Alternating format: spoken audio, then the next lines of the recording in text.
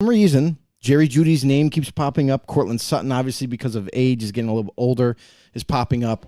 I don't think any of the running backs are available. And defensively, we've seen them make two cuts or departures, if you will. Frank Clark, gone. And then I just forgot his name. Randy Gregory. Randy Gregory's another one that they departed from, both of which they brought in this year under Sean Payton's, leadership. So that's got to show you something. A little bit, discombobulated there in Denver. So who knows what Denver's going to do? They definitely should be sellers because we all know that they're not competing for anything this year. So yeah, I think that's definitely a team that could be selling for the future for Sean Payton and his staff to maybe look to add pieces via draft or free agency in the future.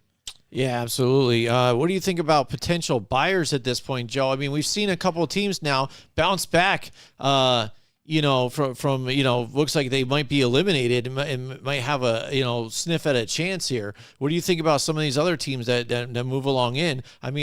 Take a look at even the Indianapolis Colts, still out of the realm right now, but still playing hard and kind of got screwed in that last game due to the referees at the end of that game. And now the NFL again openly admits, yeah, they messed it up. But again, what does that mean afterwards? Nothing. It means nothing. Absolutely nothing. So if you're not going to penalize or suspend or any one of these refs or anything or fine, it's all for nothing. Like, oh yeah, they messed up. We admit it. That's great. What are we doing about it? Nothing. Mm-hmm. Oh, okay. I'm not sure what that means. But there's teams out there like, think about Detroit. Like, this is an up-and-coming team. We've known that for the last couple of years. And now it looks like they're ready to take their stance and push forward to possibly make the playoffs, maybe win the division. We know that's still a challenge for them, but they're one of these teams that are ascending. And when you're a team that's ascending, you're a team that's pushing to the playoffs, maybe even further, or have a chance to, those are the teams that are buyers. We saw it last year with the 49ers trading for Christian McCaffrey, and you've seen how that panned out. This is going to be – they're going to make phone calls. So teams that are in that winning race, the teams that are pushing for the division or playoffs or whatever is going to get you over the top or make you even better, they're going to take. 49ers – I wouldn't think that they're out of the realm of possibility of making a trade again because we know John Lynch as a GM is very aggressive in that aspect. The Eagles, they've done that numerous times as well to add talent. We just saw that with the trade with Kevin Byard. So I don't think any one of these teams are pretty much out of it in terms of still being able to pull off a trade. I think they still would do it.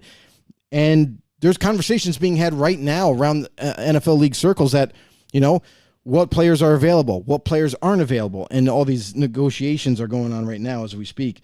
But the other teams, think about let's think about the Jets for a second. The Jets, who were deemed as one of these teams that were written off. We wrote them off as soon as Rodgers got hurt, and it's like you got Zach Wilson. How far can you get? But Zach Wilson so far has not screwed it up to the point where they can't be in the conversation. What if the Jets maybe pull off a trade to bring somebody in? There you go. Mike Tackett has it right there. He says it right there. If Jimmy Clausen is not a successful quarterback in the NFL, I'm done. That's it. I'm out. See, that's Mel okay. Kiper Jr. That's what it says right there. Boom. Yeah, the so quote. what? It doesn't matter. It's a comment. It doesn't mean that he's actually going to stick to it. Yeah. Oh, it's funny, too, is even McShay had tried to hold him to it. He's like, hey. Nah, you're not going to – come on. Years later, and he goes – like Mel Kiper is like the legendary icon of drafting. Like, you're not getting rid of him. You know what I mean? It's just like, one of the Tonight Show guys like that have been around too long. They've been there for like 30, 40 years. But, hey – it's like Terry Bradshaw right now on the Fox thing that they do now. He's terrible. They hand him stuff to read on occasion, and it's absolutely terrible. He can't even read it correctly, and it's just embarrassing at this point. Yeah, other teams too to talk about that might be in the realm of possibility of buying is Cleveland. Cleveland might be looking to bring in someone else to kind of push them over the hump to get them over this division and be able to pull off that. Jacksonville, I don't necessarily think they need really anything, but there's these teams that are kind of on the cusp of winning, on the cusp of getting to where they want to be for the playoffs or even getting themselves in a position to just make them better all around, those are the teams that are buyers right now. Like, you're not going to see teams that are like on the lower tier of things, like just like we mentioned, Denver, like Arizona, you know what I mean? Like the Chargers even. The Chargers have been very, dysfunctional. They haven't been what we thought they were going to be. We thought they were going to be better.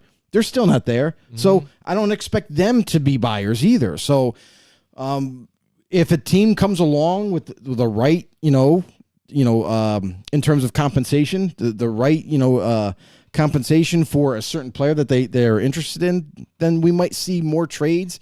But usually before the trade deadline, it's not that chaotic. It's not like the NBA where it's in hockey where it seems like there's all kinds of trades happening before the trade deadline. But we'll see. I still think that as we get closer to week 8, there may be another trade, maybe 2 at tops that might actually end up happening. But we'll see. All right, we've got Zach Dooley's in the house with us tonight. Hey, what's going on? Hey, Zach Dooley, welcome, know-it-all. He said, Joe, that's the best costume you got. Horns, you got better. You got better than that. And how about the Pats last week? Let's go. There you go. What's funny is with them, it's like even if they were sellers, they only have a few that they would probably sell. And then I'm afraid that they would mess up the draft anyway. So what's the point at this point for that team? So it's interesting what will happen after this season too, because I think there's decisions to be made by Robert Kraft altogether on where this franchise could be going. And then even Belichick at that point, whether he wants to keep going and be there for the rebuild and do what. That's already been confirmed. He just signed a multi-year deal extension. So, he's not going anywhere. And we thought he wasn't going to go anywhere. Everybody else out there in the mass media was reporting, could this be it for Bill? Is it time for him to go? Is he going to get pushed out by Robert Kraft? It's all bullcrap. Like, you can't tell me that you're going to get rid of one of the best head coaches of all time. Like, that doesn't make any sense. So what New England does need to do, we talked about this before, about how Bill Belichick is wearing too many hats. He's the GM. He's also the head coach. Just let him be the head coach. Let him be the great head coach that he is. And give the GM position to someone that can run it. Listen, their most successful years was when they had Scott Pioli as a GM, when they had other guys that were taking on that role where Bill could just concentrate on being the head coach. That's when they were more successful. And everyone can point their finger and say, because Brady was there. Yes, Brady was there, but when it came to the day-to-day operations for New England, it just ran smoother. You started to see how New England was finding talent in the draft. They've been struggling since Bill took over that GM spot. So they need to kind of get everything back in order in the front office, get a GM put in position, and then I feel like they'll be able to turn things around that way. All right. Yeah, absolutely. So, yeah, there's, buy, sell. Let us know in the comments what you guys think, too, if you think your team's buying in or you think they should, or if you should sell, and what do you think the plan or game plan should be at this point. Also out there, I mean, it's our Halloween special, so let us know also in the comments, what's the worst thing you ever got on Halloween night when you went trick-or-treating? Everybody has that house you go to that's actually terrible, and you're like, man, these people are terrible. They give out terrible things. I got a ball of lint, and this is garbage, so we're going to egg them next year or whatever. Let us know in the comments what you guys think out there. All right, so, Joe, I mean, we've been doing this thing this year for now 6 years now, so it's the segment everybody loves around this time. It is now time for Trick or Treat. All right, so what we do here is what we end up doing is it's put some one-liners down there. So basically some bold hot takes, I guess, if you will, you want to say. And we're going to go through and everybody play along with us and say whether we think it's a treat, like we like the idea and we believe this hot take, or if it's a trick, like, yeah, I'm not buying that whole thing. So let's go right into the first one. We've got the Deshaun Watson deal is worse than the Russell Wilson deal for the Broncos. What do you think, Joe? Trick or treat? The Deshaun Watson deal is worse than the what? Russell Wilson deal. Russell Wilson deal? The amount of money that they're giving for what they have. That's a trick. That's not true. Like, I mean, honestly, like Deshaun Watson, you can say what you want. Like, they gave up a lot in compensation just to get him. They and they're still obviously, he's still young. He's still going to be able to play, multiple years for the Cleveland Browns. And the only upsetting thing right now is he's hit a speed bump. He's got an injury to his rotator cuff. He's not being able to throw the football with absolute comfortability and all that. So he's going through a little bit of a rough patch at quarterback. And yes, when he first returned last season, he looked like absolute dog shit. Like, you can't sugarcoat it. Like, he just wasn't accurate. It seemed like he was off, and the chemistry wasn't there offensively. But now, then you take the following year. Like, he started to look a little bit like himself, not in his, Pro Bowl years, but he looked a little bit like he was getting better at least. So there was a little bit of, kind of elation for Cleveland to say, okay, well, he's not where we want him to be. He's not Houston Texans quarterback level yet, but let's see if he can continue to get better. So I think Deshaun Watson, that whole situation there, I know it's tough for Cleveland fans. I know it's tough for people that are fans of Deshaun Watson, but you have to have more patience. I know it's a kind of a ridiculous statement to make, but the guy hasn't played 2 years of football. Guy is not in phenomenal football shape like he used to be. The guy just came back in not only on a new team with new players, but also got thrusted onto the football field in hopes of him becoming what he was before in Houston. Like, he was a dynamic quarterback back in Houston, but had no offensive line, had no real running game, had Brandon Cooks as his number one and only real receiver, and he was able to pull off some enormous feats then. Now you're expecting him to come into Cleveland and be that same guy after not playing for so long. I think that's a little absurd. So let's give this guy a little bit more time to kind of really fully evaluate him and get him back in the swing of things for Cleveland. But it's not going to happen until he gets healthy. All right, we've got Greg Schreiner in the house with us tonight. Hashtag know it all. He says treat. He thinks it's a treat, Joe. I mean, you look at Russell if you Wilson. look at the two together, I would have to say, it's tough because with the Watson thing, because of the injury and the fact that he hasn't been in there and he wasn't all there like basically last season too as well, only half the season. Well, he was suspended half the season. Yeah, so he wasn't there It's half different. the season here. A little slow start. Yes, I get it, but I think the Broncos, they kind of expected to be something that they weren't. Kind of like, hey, Russell Wilson's the key that's going to get us over the edge. Yeah, and here that's we what go, they and thought. this is going to be the thing. So let's buy in on what it was. They were sold a package of goods that they already kind of knew what was already there. So I could say that maybe it could be a trick because of that. But you really got to take a look at the Deshaun Watson thing and say, hey, this team. We've been listening and hearing how this team is kind of built to win even right now. We went through it like when they went and grabbed Baker Mayfield. They had Odell Beckham Jr. and everything, all these weapons, Nick Chubb and all this stuff. The defense is primed to where you need to be even right now.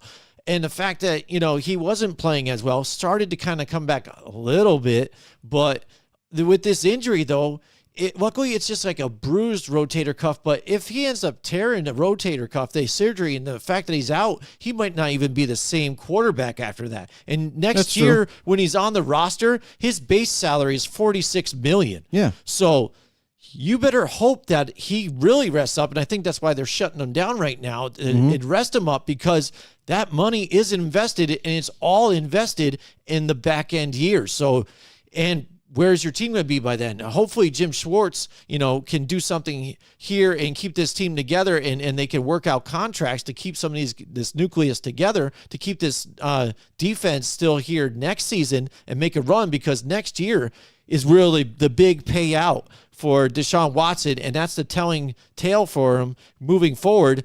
But really, they gotta take care of that shoulder, or else that could be it. That could be his whole season. Yeah, then but that will tell you. That's exactly if what it's they're a doing bust. right now, though. So, That's the whole reason why they don't want him out there playing still. They held him out. Like, obviously, here's my thing that's all about the shoulder thing is I'm not buying the shoulder thing right now. I don't think his shoulder is that hurt, because if it was the case, they would have shut him down, put him on IR. He'd be out for the next 4 weeks, and then let that thing heal or whatever, and then bring him back. You started him last week He was in the lineup. He got a bet. He hit his head on the field. They brought him out for a concussion protocol. Everything checked out fine. He was ready to go back in, and Kevin Stefanski held him out of this game. Something else is going on in Cleveland with Deshaun Watson, and it's not Watson. It's between Watson and the coaching staff.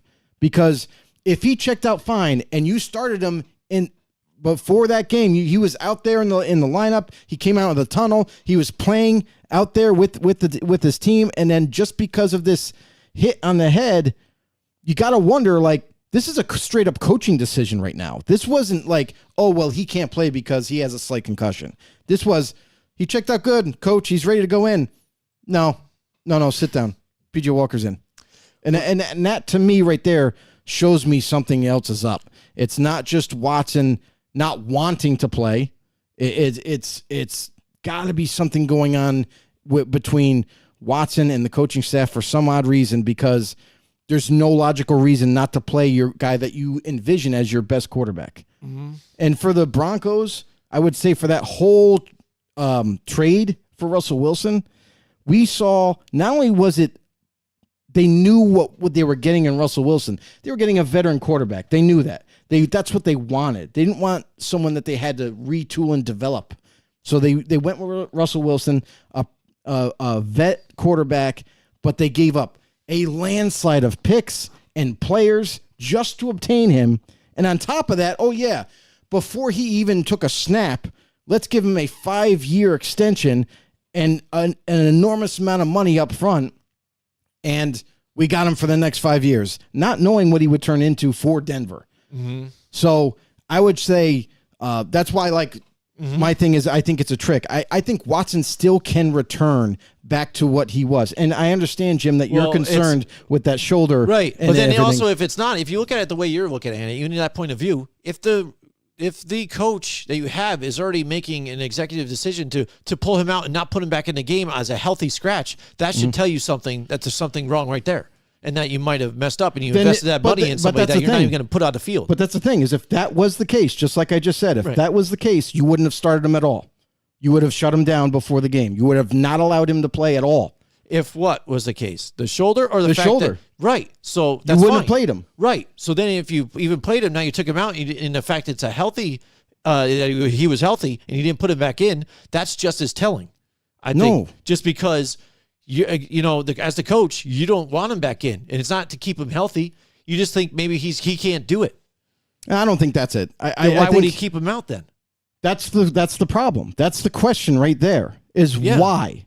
Well, it doesn't make sense. Like a bigger problem. Right? It doesn't make sense at all. Yeah, and that's the thing, is if it was a question of his playing ability, then you wouldn't even have had him out there to begin with. If you're that concerned of him maybe re-injuring his shoulder, or the shoulder's just not there yet to healthy enough to put him out there, you wouldn't have started him.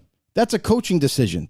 So that tells me that now that he had an excuse, Kevin Stefanski used that as an excuse maybe to not play him, and he said, oh, we can get by with that without Watson. So I wonder if there's a little bit of a rift at this point between Watson and the coaching staff, and that's why he really didn't get reinserted into the lineup. Mm-hmm. And it perplexes me because you're not getting rid of Watson. Mm-hmm. You gave him a huge extension to lock him up there in Cleveland for pretty much the rest of his career. Yeah. So in knowing that as a head coach and knowing that he gives you the best opportunity to win going forward, why would you all of a sudden abandon that idea and say, oh, well, no, don't play. We're not going to have you play. Even though you're healthy, we're not going to let you play. That to me is like that's a little screwed up. Mm-hmm. Yeah. All right. Well, here we go. Not as screwed up as this list is going to be. So absolutely. Thank you guys for commenting as well. Play along with us still. We appreciate it out there. So next, the comments here is, we will see Taylor Swift more times than the Giants see the end zone this season. I think I'm going to... I am going to treat that one. I do not think that is a trick. I think we are seeing way too much of Taylor Swift this season already, and the fact that they have to go to her even after not even a score, just a first down or just a catch. She's And here. it's not even just for Travis Kelce. It's for anybody at this point. Chiefs score a touchdown. They have to look at her for some reason. So, and the way the Giants offense have been this season, last week was the first time they actually scored a touchdown. So what, week 7? Amazing. So I expect to see a lot more of Taylor Swift on the TV. What do you think, Joe? It's crazy to me, like the amount of coverage she gets, and It's it has stupid. nothing to do with football at all. And you see it with no other team or something. They like that. put You know what I'm saying? Here's the other thing. This is how far beyond coverage they're doing on this.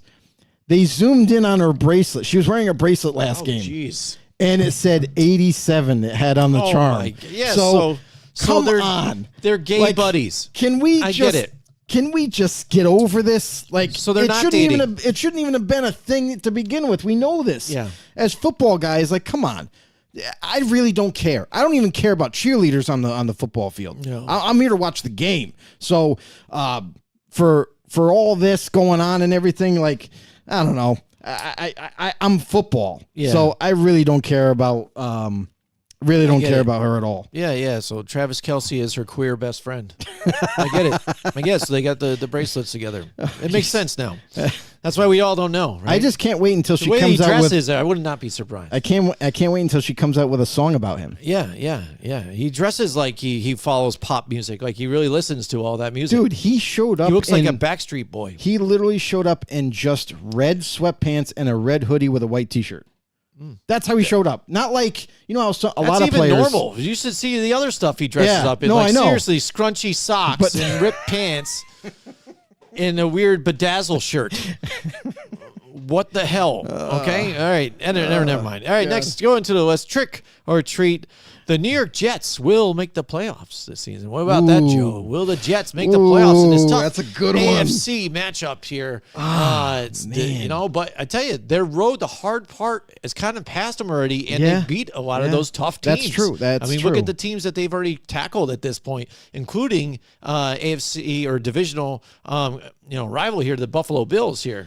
Yeah, I mean, and that's an interesting thing, right? Like we've talked about Zach Wilson numerous times about how it's going to be basically up to him. Limit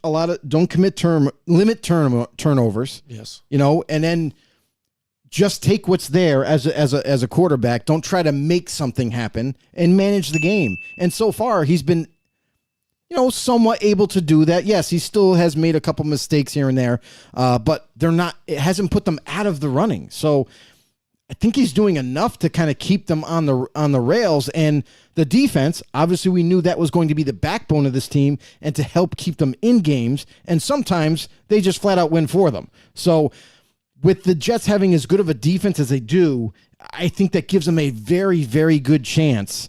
As long as obviously Zach Wilson, doesn't go back to a shell of himself, and they continue to do what's necessary offensively.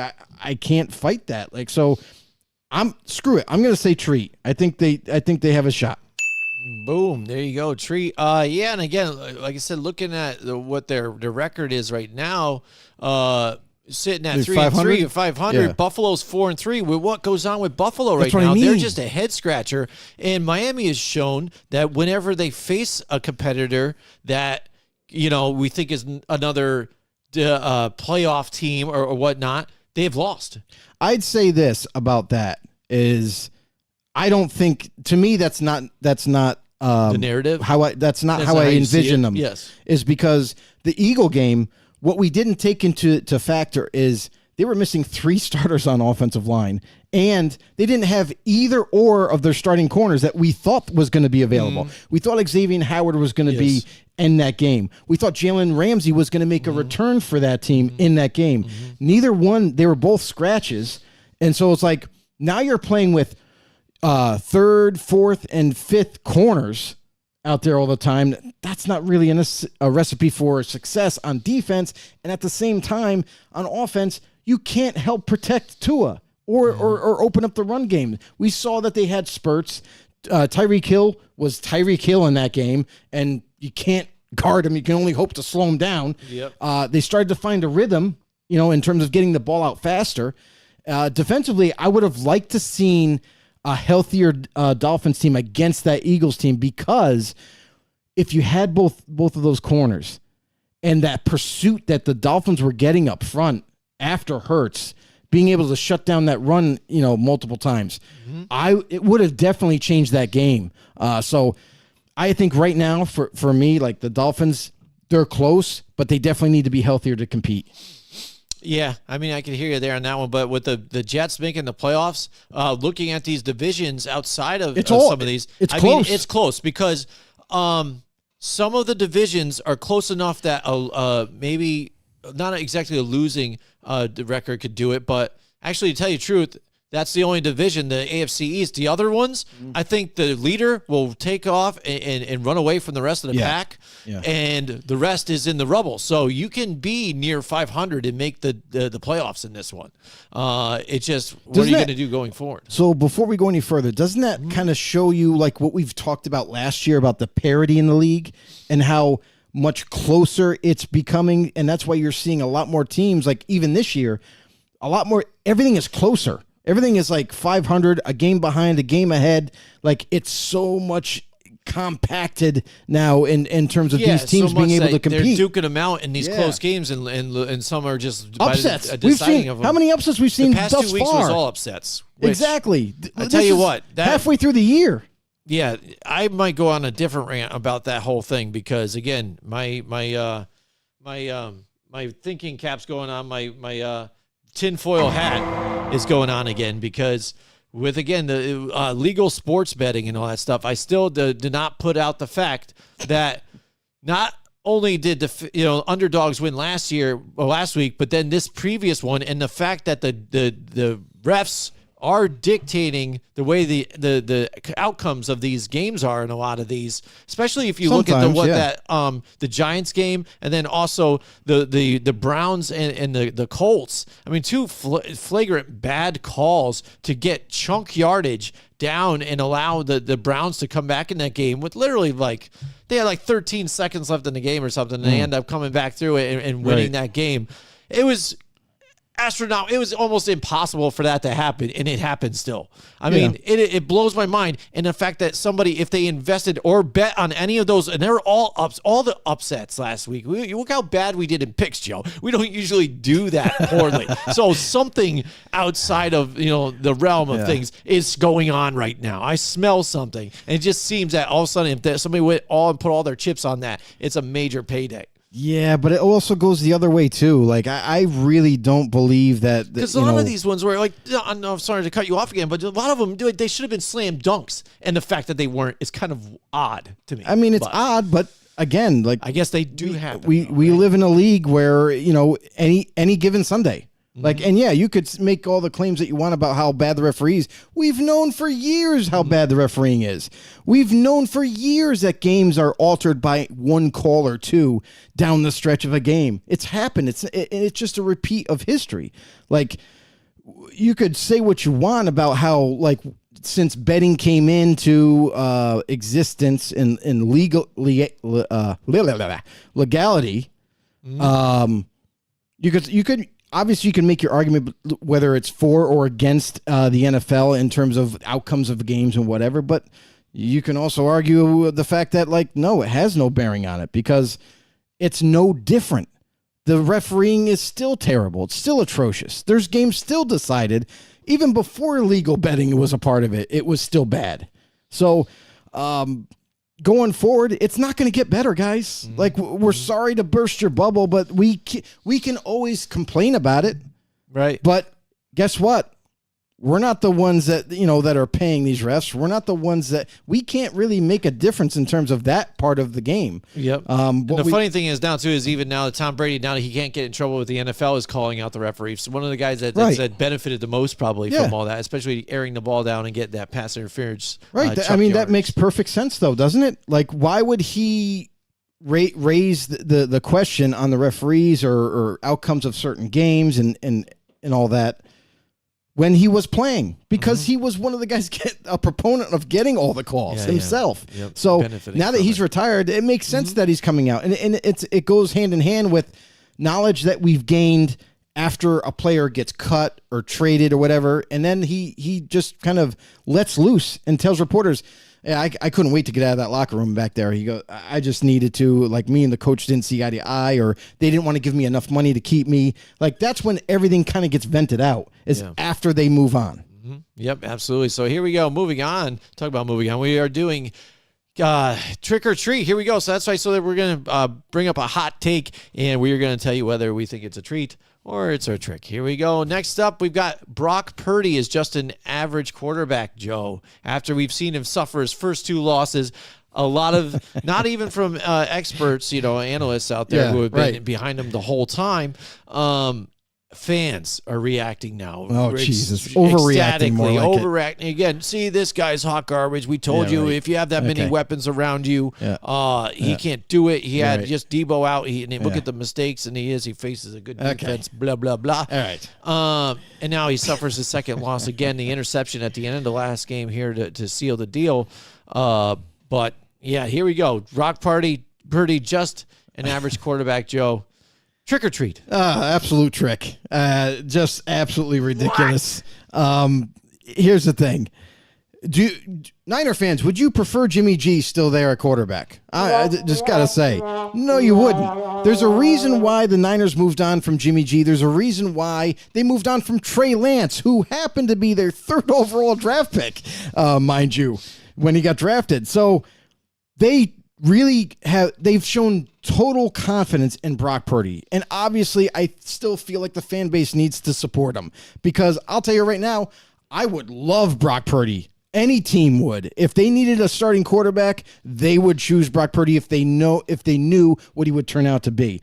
So with the Niners and Brock Purdy, he's a very successful quarterback. Let's just be completely honest about it. Yeah, you can say, oh, well, he's got all these weapons. Okay, so don't some of the greats in the NFL. Everybody wants to claim Jalen Hurts is one of the best to play quarterback. Look at his surrounding cast. You know what I mean? Dallas Goedert, A.J. Brown, Devontae Smith. Like, he has a ton of weapons too. Like, good quarterbacks tend to have good weapons around them. And yes, there are those rare situations where it's vice versa. But listen, Brock Purdy, he's a very, very good quarterback. He's definitely well above average.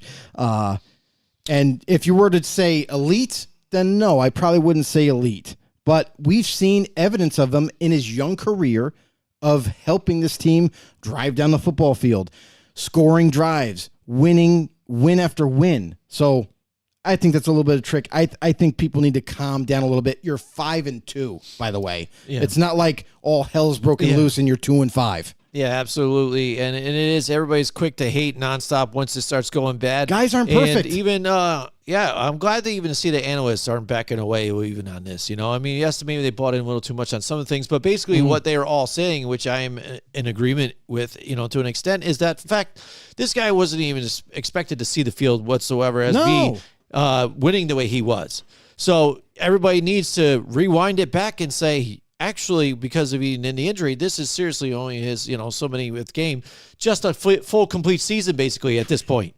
Yeah. So, the last pick in the NFL draft, starting, and winning that long until just now is still an impressive feat. He's going to have his ups and downs. Mm-hmm. Look at it this way. As a New York Giants fan, add like 2 or 3 more seasons of a worse record and still not knowing what the hell your quarterback is, like Daniel Jones, and then come back and talk to me. You know what I'm saying? Because, again, you saw what Brock Purdy is able to do right now. Would you want to trade straight up right now, Brock Purdy for Daniel? Right now. Okay. Again, he's shown me that he can do it.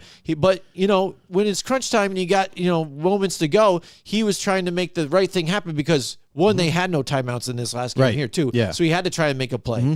Just the guy happened to be underneath it and jump the route. It was kind of the right throw to do. Right. But again, you're in those positions. You got to get it done. But before that, it's about game plan. They weren't able to run enough in this last game here. And if 1 or 2 different points, Moody made the game-winning field goal because he marched them down to get the game-winning field. If he makes that, this narrative's already thrown out. Yeah, we're not talking about this. If if Addison does not rip that ball away from Ward at that point in this game too and rip off that huge touchdown, that would have been an interception right now. And if he knocked it down, that's 4th and 20, I think it was, or something like 4th and 23. It would have been punting. It's a punt. And that changed the whole outlook of that game too as well. I'll tell you right now, it's all about situations. Absolutely situations. And Jordan Addison made the most of them. Absolutely. I mean, that guy, I criticized him coming out of the draft. I mean, I'm going to be completely honest.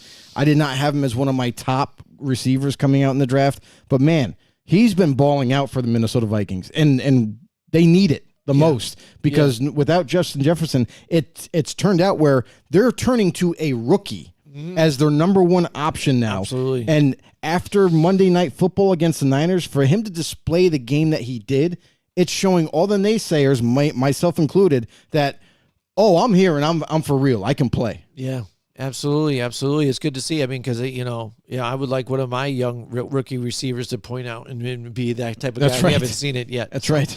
All right, so here we go. Next, so we're playing Trick or Treat. By the way, I'm going to be a trick on that one as well. The best team in the NFL is not the Philadelphia Eagles. Trick or treat? I mean, we're still trying to figure that out. Who is the best team in the NFL? Because a lot of people will point to San Fran, but now that they've had sustained back-to-back losses against Cleveland and against the Vikings, unlikely teams that we thought that the Niners were easily going to have those wins, but they've lost. They got outplayed. Plain and simple. And highly penalized. Too. That defense, a lot more penalties than should have, and that's what they're not able to get that. And then you look at Philadelphia right now. I'm sorry. It's not all what it's cracked up to be in Philly, especially offensively. Defensively, they're playing like gangbusters. But offensively, we're not seeing the same offensive prowess that we saw a year ago. And that's got to be attributed to the better defensive play calling by some of these defensive coordinators. They've got a whole bunch of tape on Hurts right now, and it looks like they've made slight adjustments to their schemes when they have to play him, and it's hindering him.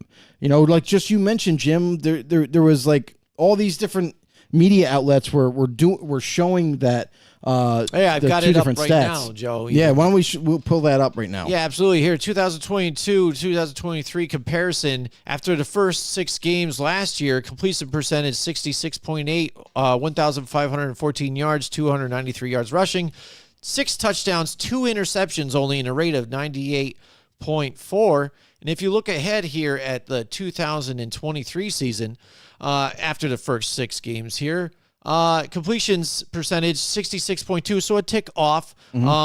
Passing yards a little more, so they've asked them to pass more. The rushing yards are down a little bit, but the key point here is your turnovers. 7 definitely. touchdowns to 7 INTs, which makes his rate now an 84.7. So a drastic massive drop right there, massive Absolutely. drop here, and it is the fact that Jalen Hurts, he's seeing things a little differently, getting a little confused more, making those turnovers, and the fact is, key moments in the game. You saw it in the game, what was it, against the Jets, I think it was here, when they have control of the game. The ball is in their court. And if you just run the ball, you tick the clock a lot down, and then whether you make the first down or not, you're just running the clock down. Right. Instead, they go for a passing play, which I think is just stupid all in general. But when it's not there, why force the throw and not just take off and try and burn the clock even a little more? You know what I mean? The Jets did not have any timeouts at that point. You had it. Whether you didn't get the first down or not, there was less of a chance they were going than you airing it out. And just mistakes like that cost to keep you in game. And that's part of this Eagles game. But the fact, too, if you look at their season so far, the teams that they have beat haven't been that impressive of teams, though. And they tell you, when you get those grinding out wins, like they even said this season, like, hey, it teaches us toughness that don't look your opponent. Always play and stay in the game, and no matter who it is, and blah blah blah, and get those tough wins. It makes you better. But some of these opponents that they've played against, that's been closer than you kind of expected it to be. So when they hit those other teams that are tougher, it's a little tougher route for them to get out of it. It's a lot more grinding. Because we saw with the Jets, with a tough defense. Now, if Aaron Rodgers is starting in that game, I think that the Jets probably blow them out of the water in that game. Very possible. But also, like, I have to go back to this Dolphins game. That wasn't a impressive win by the Eagles by any means. Yeah, they kind of took over in the second half. But let's be honest, the whole first half, the Dolphins were kind of in the driver's seat. They were putting all the pressure on the Eagles to try to come back and try to keep up with them. Right. So with the injuries, like you said, even on offensive line, they have injuries. That's what would have made it more interesting to see how that game would have turned out had the Dolphins been a lot healthier on offensive line and the cornerbacks.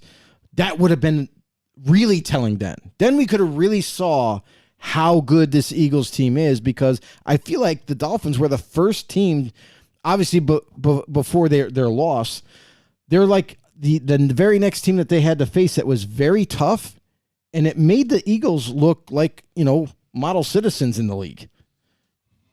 So, I mean, so for the question for trick or treat, well, it was Eagles. Eagles are not the team, the best team in the NFL. So that leaves it up to you. So you're going to take the field at that point. Right? I gotta say that's a little bit of a not the best, so it's a treat. I have to agree, because even though we've gone halfway through the season, as we get closer to week 8, there's still no clear-cut team. Like, we thought it was going to be the Niners or the Eagles as a clear-cut team to make it to the Super Bowl and whatnot.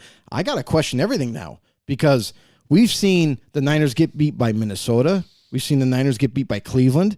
We've seen the Eagles get beat by a couple of teams where we didn't envision that happening. We thought the Eagles and Niners to this point would be undefeated still. I mean, at least I did. So now this kind of puts in the questions about how good are these teams going forward. They're really good. Don't get us wrong, but are they dominant teams to where, like, these are just kind of faulty losses and they're going to storm back in the second half of the season and blow up the league? Or is this just a showcase, if you will? Both these teams, it's not that clear cut anymore. There's these other teams in their conference, in the AFC, that give them fits, and anything can happen as we get closer to the playoffs. Right. And, I mean, sneakily, the Chiefs are there, and nobody's talking about them again. And so it's the fact that they're the returning champions, and nobody's even bringing them up, and the fact that they only have one loss now. So now you talk about the undefeated finally losing and things. And there's a reason for that, too, is that, the Chiefs... The reason why we're not talking about them as much is because when you look at the Chiefs right now offensively, like we've known the Kansas City Chiefs as this very impressive, hard to stop on offense, and they just kind of take over games to the point where now you have to play catch up to them all 4 quarters, all 60 minutes. It's not the same anymore. Like, the Chiefs are not that same. Yes, they're still winning and they're doing the necessary things to win, but they're not blowing teams out on a week in and week out basis like they used to. Well, they're beating competitive playoff bound teams are possible. But the fact is, too, if you looked at their rankings of their offense and defense, they're all top 10. Their defense is ranked second right now in the NFL. Yeah, and offense is 6th. So, I mean, they're crazy. Well, you wouldn't even think about it. If I told you, if I put even like certain teams next to each other, say even the Eagles or even the Viking or the Niners. Let's say the Niners or the Dolphins or whatever. Back and forth with them. Rankings, you want to rank offenses and defenses. Yeah. I mean, you wouldn't even think that the Chiefs probably be like top or number 2 in defense. First of all, would you say they have the second for defense? No, I wouldn't think defense. Offense, no. 6. Yeah, you could maybe say it's around at the top. There, maybe possibly. Yeah, maybe. And even the fact that, despite all that, and even having weapons rotate in and out, that the fact that they go and do that trade to get McCall Hardman back, bring him back with the squad, that they had to try to make a move to get another wide receiver here to get that depth going. It's kind of funny to me, but like I said, they're kind of just not being paid attention to, despite the only thing is the Taylor Swift thing. You know what I'm saying? Isn't it kind of funny? I mean, it's like Taylor Swift was overshadowing that the team is 5-1 right now. Yeah, and I'll say this: like, their offense is still good. I'm not saying that. I'm just saying it's not as dominant as it was. It's really not. The stats can say what the stats want. Like, they can go up and down the field, but then end up kicking field goals, and that's how they can still be 41-10. The Bears. You're talking about the Bears. That's a team you should annihilate. Yeah, they beat the Chargers 31-17. Broncos, a tougher game, 19-8. Things like that. That's still and the Jags again are sitting 5-2, 17-9, even too. I mean, okay, so a couple games blowout, they had blowouts. But even again, like pretty so good. I mean, yeah, but that's what I'm saying is like they're not impressive. They're not as dominant as they were before. When they had, let's think about it. When that offense was very prowess and they were literally like blowing teams out on a weekly basis, they were just doing that. The point margin for their wins was astronomical. Like they were seen as, like we talk about this year, what is the best team in the league? They were seen as the best team in the league. And everybody was talking about them. Why? Because they were blowing every team out. Even if it was a good team or a bad team, they were being talked about. Now they're not, because it's not the same. They're still successful, and they're doing things a different way, which is why it's not as exciting, which is why they're not being put on a pedestal and being talked about every week. Right. And in the middle of their season, we will get to see how much they're tested, because they do play the Dolphins, they do play the Eagles, and then they play the Buffalo Bills in Week 14 here. Well, and at the end of the season, we're gonna talk about it more, but I'm still sketchy on the Bills. I don't even know what they are anymore. Right, and I should have probably made that one of the trick or treats. Yeah. Like, what are the Buffalo Bills? Are they a playoff contender? Are they a playoff contender? Because I was gonna say, are they gonna not make the playoffs? Because at this point, who knows with this team? They're like the complete Dr. Jekyll and Mr. Hyde, but they're another team kind of now. They've had that talk where they are, Super Bowl bound, playoff bound, whatnot. It should be their division to have this season with, the Dolphins contending here. And now that the Jets are out of it, technically people thought they were, because there was no Aaron Rodgers, but now even him, we all with thought him that doing his special treatments, whatever that might be. Hey, or ayahuasca. He's in California right now. Yeah, whatever drugs he might be doing, or licking a toad's butthole. Who knows? He might be doing something to get back in this season now after that Achilles, which would be insane, amazing. Again, I think he would have to be taking like reptile freaking DNA or some shit like that. Dude, he's gonna regrow like his Achilles appendage. Like, bam, there it goes. You know what I'm saying? It's that's what it would have to be at this point. It could be some kind of nanotechnology that he just takes into his body, and it just automatically reconstructs everything. Something crazy like that. So some sci-fi shit. But for Rodgers, that would be astronomical if he was able to come back at the end of the year at all. Like, even if they were to make a wild card or something, and then here comes Rodgers to start the game. It's so impressive if he's able to pull this off, that it's like Adrian Peterson. Like, remember Adrian Peterson? A lot of you fans might not know about him, but a lot of you do. Adrian Peterson was like the fastest healer ever. Like, this guy would tear his ACL, and it's almost like he'd be back in like just a few weeks. That's what it was kind of like. It was that fast of a turnaround. So maybe Rodgers, maybe he's doing these different things, and maybe he took, maybe they mixed it up with Adrian Peterson's blood and kind of implanted it in him. Who knows? We've got Mike Tackett in the house with us tonight. Hashtag know it all. Mike Tackett's upset. Playoffs? You kidding me? Playoffs? You kidding me? Too, ever since I changed. Hey, anything can happen. Listen, just like we never anticipated the Bills being whatever they are right now. We're really not sure. So, it's possible, honestly. Yeah, I mean, and it's crazy how much it is on Josh Allen's shoulders on this whole thing, despite the weapons he got and the defense. But a couple of injuries on defense, it looks like, where the hell did the defense go? Yeah. You know what I'm saying? Well, those key guys, like, Jim, I brought it up to a buddy of ours about, you probably saw the group chat we had, throughout the weekend. Tre'Davious White, not having him, and Matt Milano, what a difference is not having those two dudes. Well, I mean, here's what I'll say about Tre'Davious White. They didn't have him last year, and they were able to still be a really darn good defense. So I think Tre'Davious White's whole situation, I don't think it's as prominent as Matt Milano. Not Matt like, Milano. Matt Milano is the defensive captain of that team. That guy makes the defense run and stops the well-oiled machine. And now you take Matt Milano out. There's no more of that leadership that they had once before on the field, calling all the plays, making checks, as the defense is looking at the offense, like, what, blitz, not blitz. There's things that he does for this defense that makes it that much better because of his leadership. So Matt Milano, not having him is actually a bigger deal than Tre'Davious White. Oh, yeah, I understand that completely. I gotta say that I would just say Matt Milano. Like White, to be honest, they did it without him before, so it's great when they have him. Don't get me wrong; he's a Pro Bowl corner, but Matt Milano is the key, and you can see that now. Looking at it offensively, can't get it going, and again putting it on Josh Allen's shoulders, and then he puts it on himself even too. Yeah, and that's but when they he makes the also most mistakes. They also lost another key weapon. Dawson Knox is now they're down at tight end, and now they got to turn to the rookie. Which don't get me wrong. He does his good. He does a good job. Good. Like he's killing it. Dalton Kincaid is literally he's going to take over that position and going to be just fine. But you mentioned the offense, and it's like it's almost like the for whatever reason Josh Allen. Now you can say Madden curse if you want to because he's on the cover and all that, and maybe that's a dip in his play. But let's just say on the football field, he doesn't look himself. It's almost like he's second guessing some of the plays that get called, and he's holding back for some strange reason. That's what it seems to look like on the sidelines.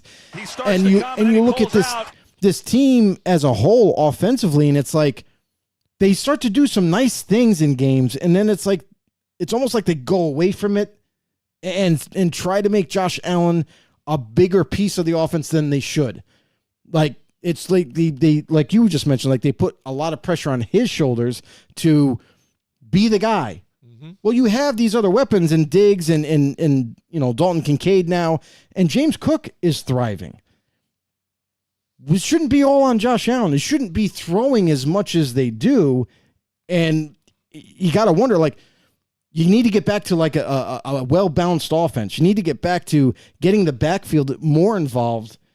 Not just the passing game, but also the running between the tackles. So I feel like they're still trying to figure some things out.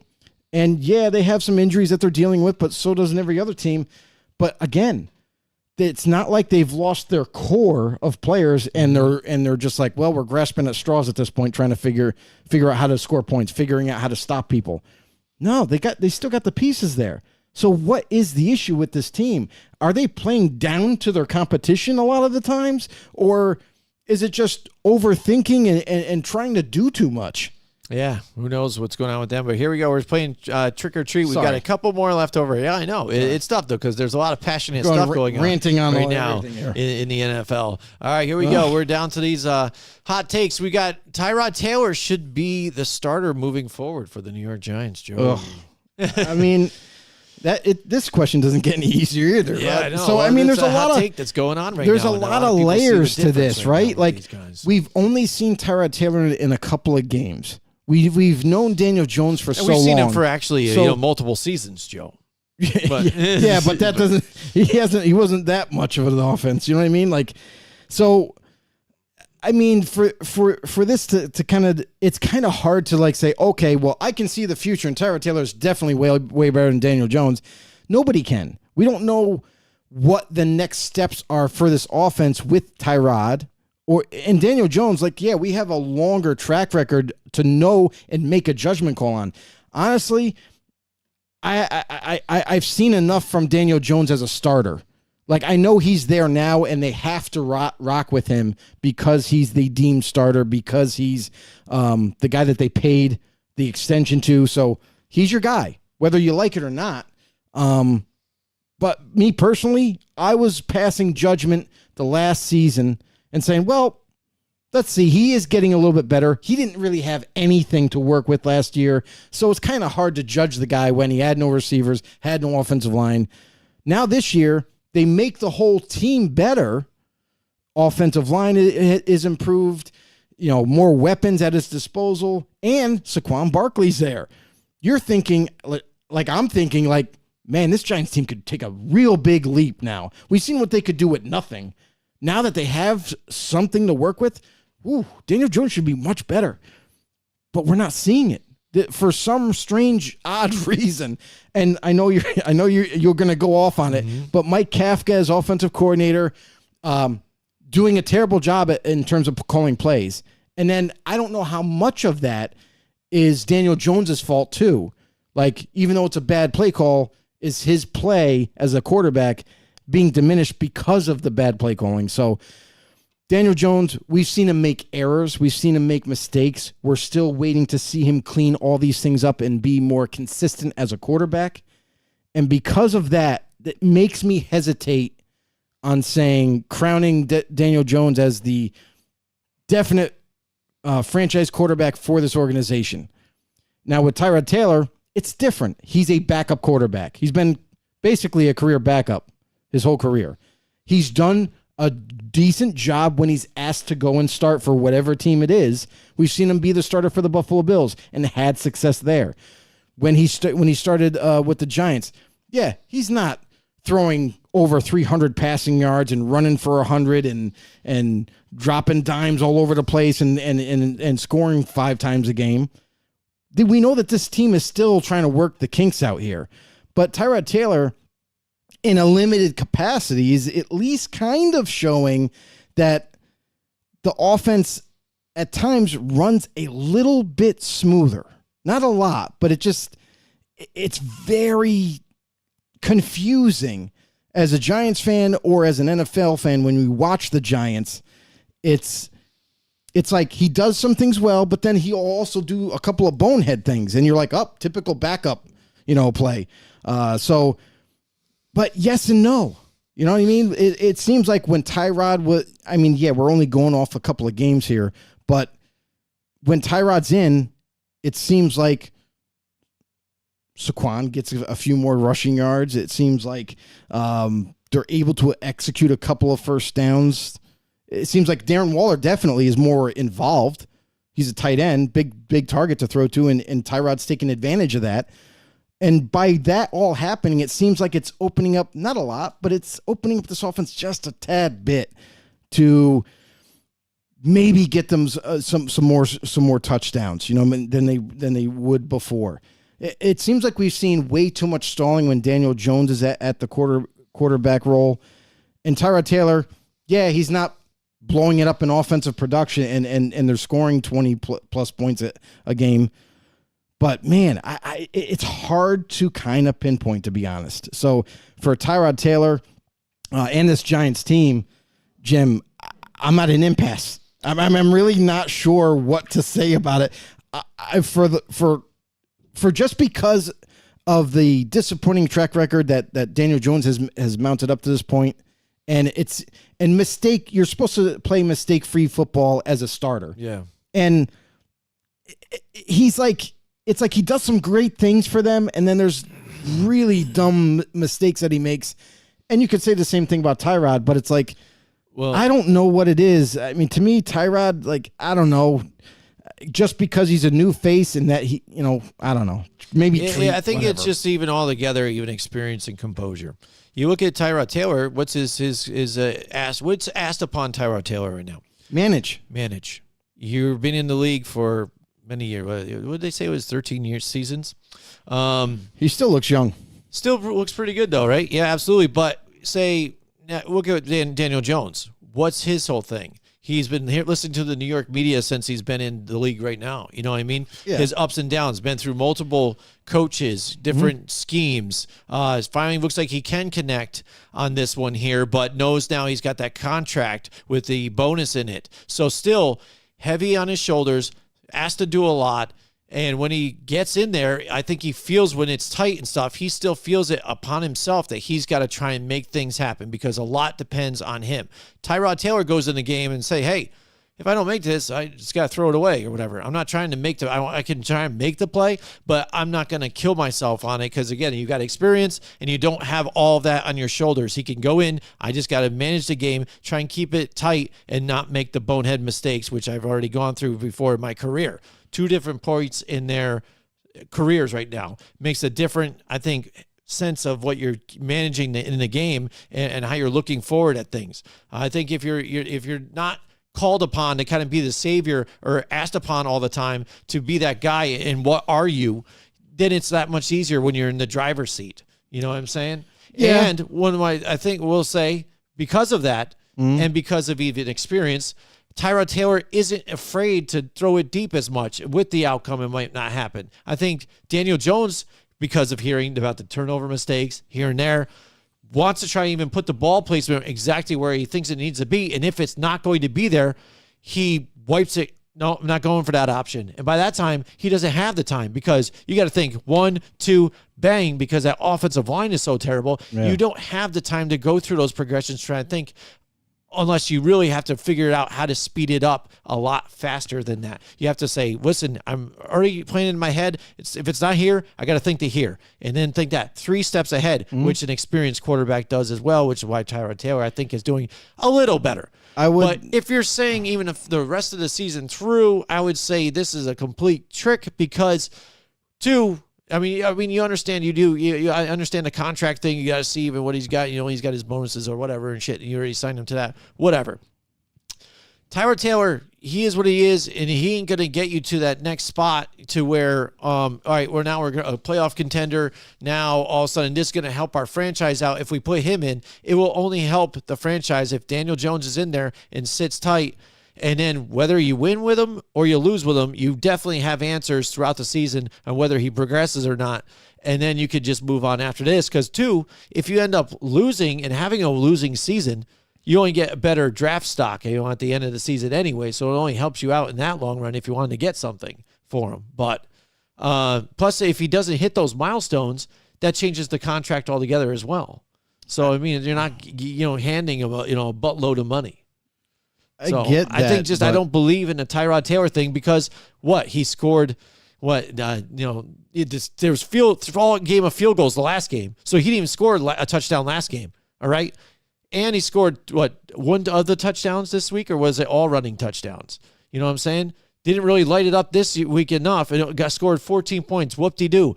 Daniel Jones has done that already in this season against the Cardinals, in one game, and that was without, that when he did have Saquon Barkley. The other remaining games when he got injured, Saquon wasn't there. Plus, most of his offensive line, actually, all of them were gone.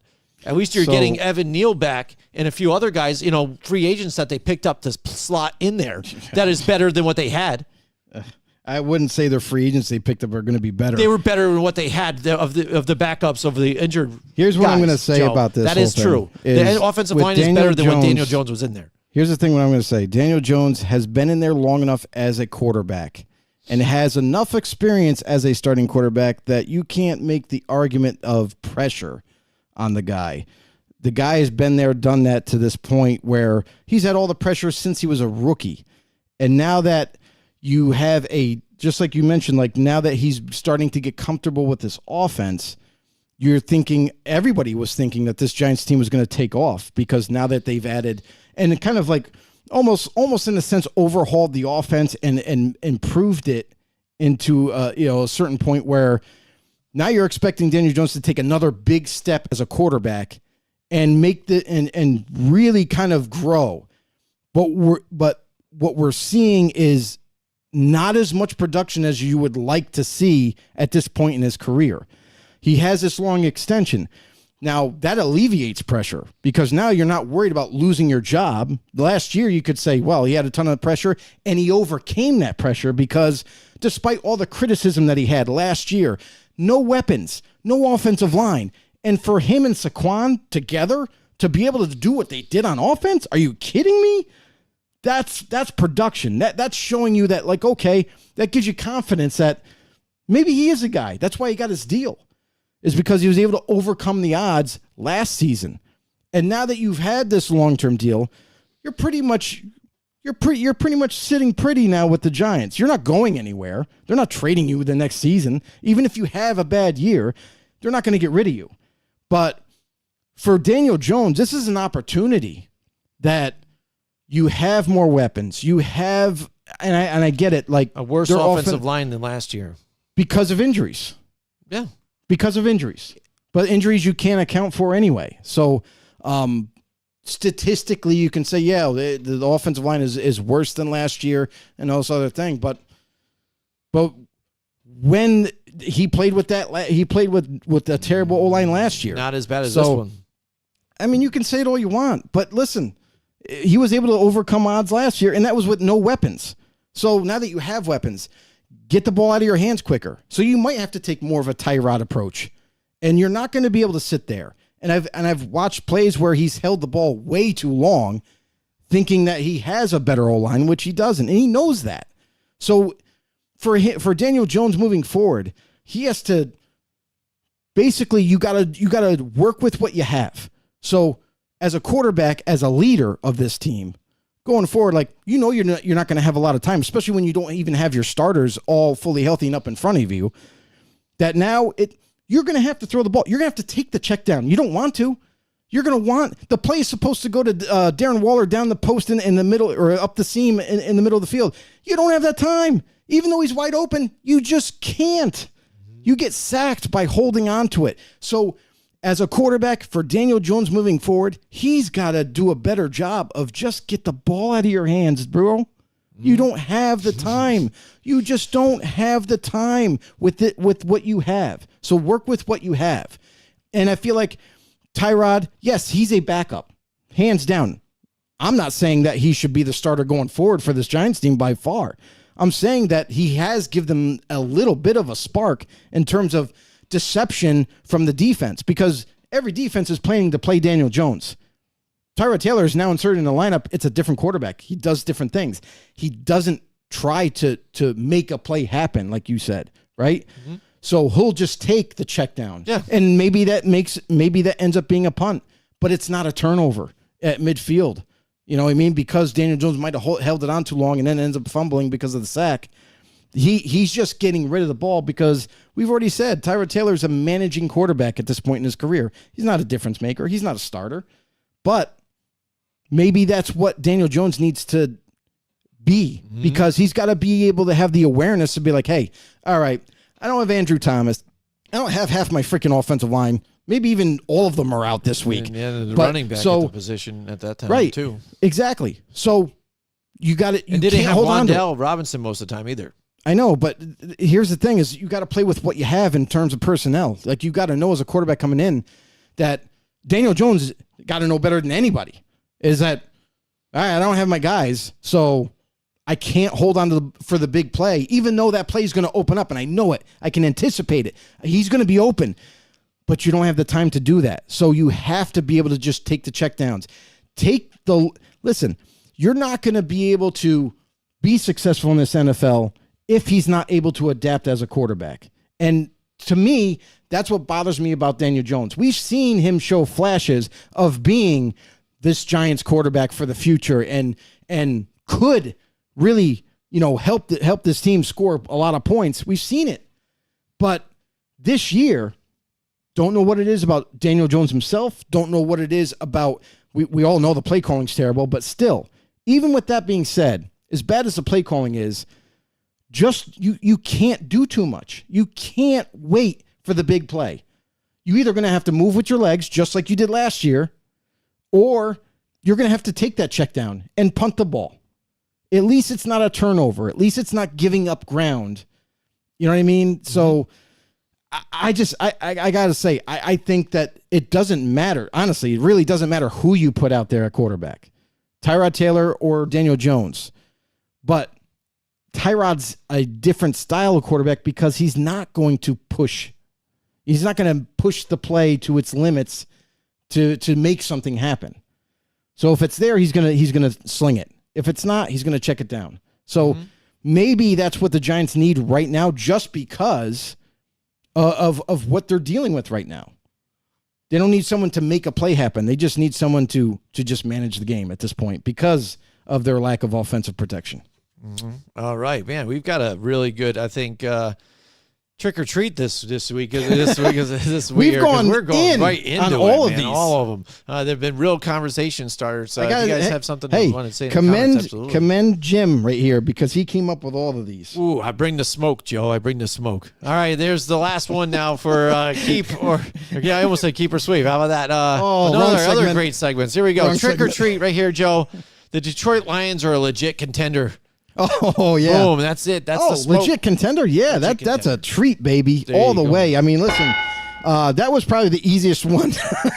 But here's the thing is the Lions. We expected this team to take another step forward as an organization, and they've done it once again. Mm-hmm. Like the offense is good as it is. we still see some limitations from time to time, depending on who they're playing. But then defensively, I feel like the defense got even better to the point where now the defense is actually helping the offense out. So they're helping get the ball back sooner, quicker, and it gives them more opportunities to score. So the Lions have really kind of come into their own. We saw this team a couple years ago as an ascending team. We didn't know how fast they were going to get there, but man, Dan Campbell in the Lions, he's got them, feasting every single week, and you can't think otherwise, but this team is on the up and up. So it's a treat for me. And we talked about this in the offseason about how this team is on pace to compete for the division this year, and they are. Yeah, no, there you go. There's the trick or treat for this year. But the Lions, the thing is, I think what happened last week is, what do they know? All right, they look at Lamar Jackson like, what's our deal? We have to try and we have to contain him. So what I think they did was they overplayed themselves and kept, like, all of them kind of reacted to it. It wasn't like they kept one spy on Lamar.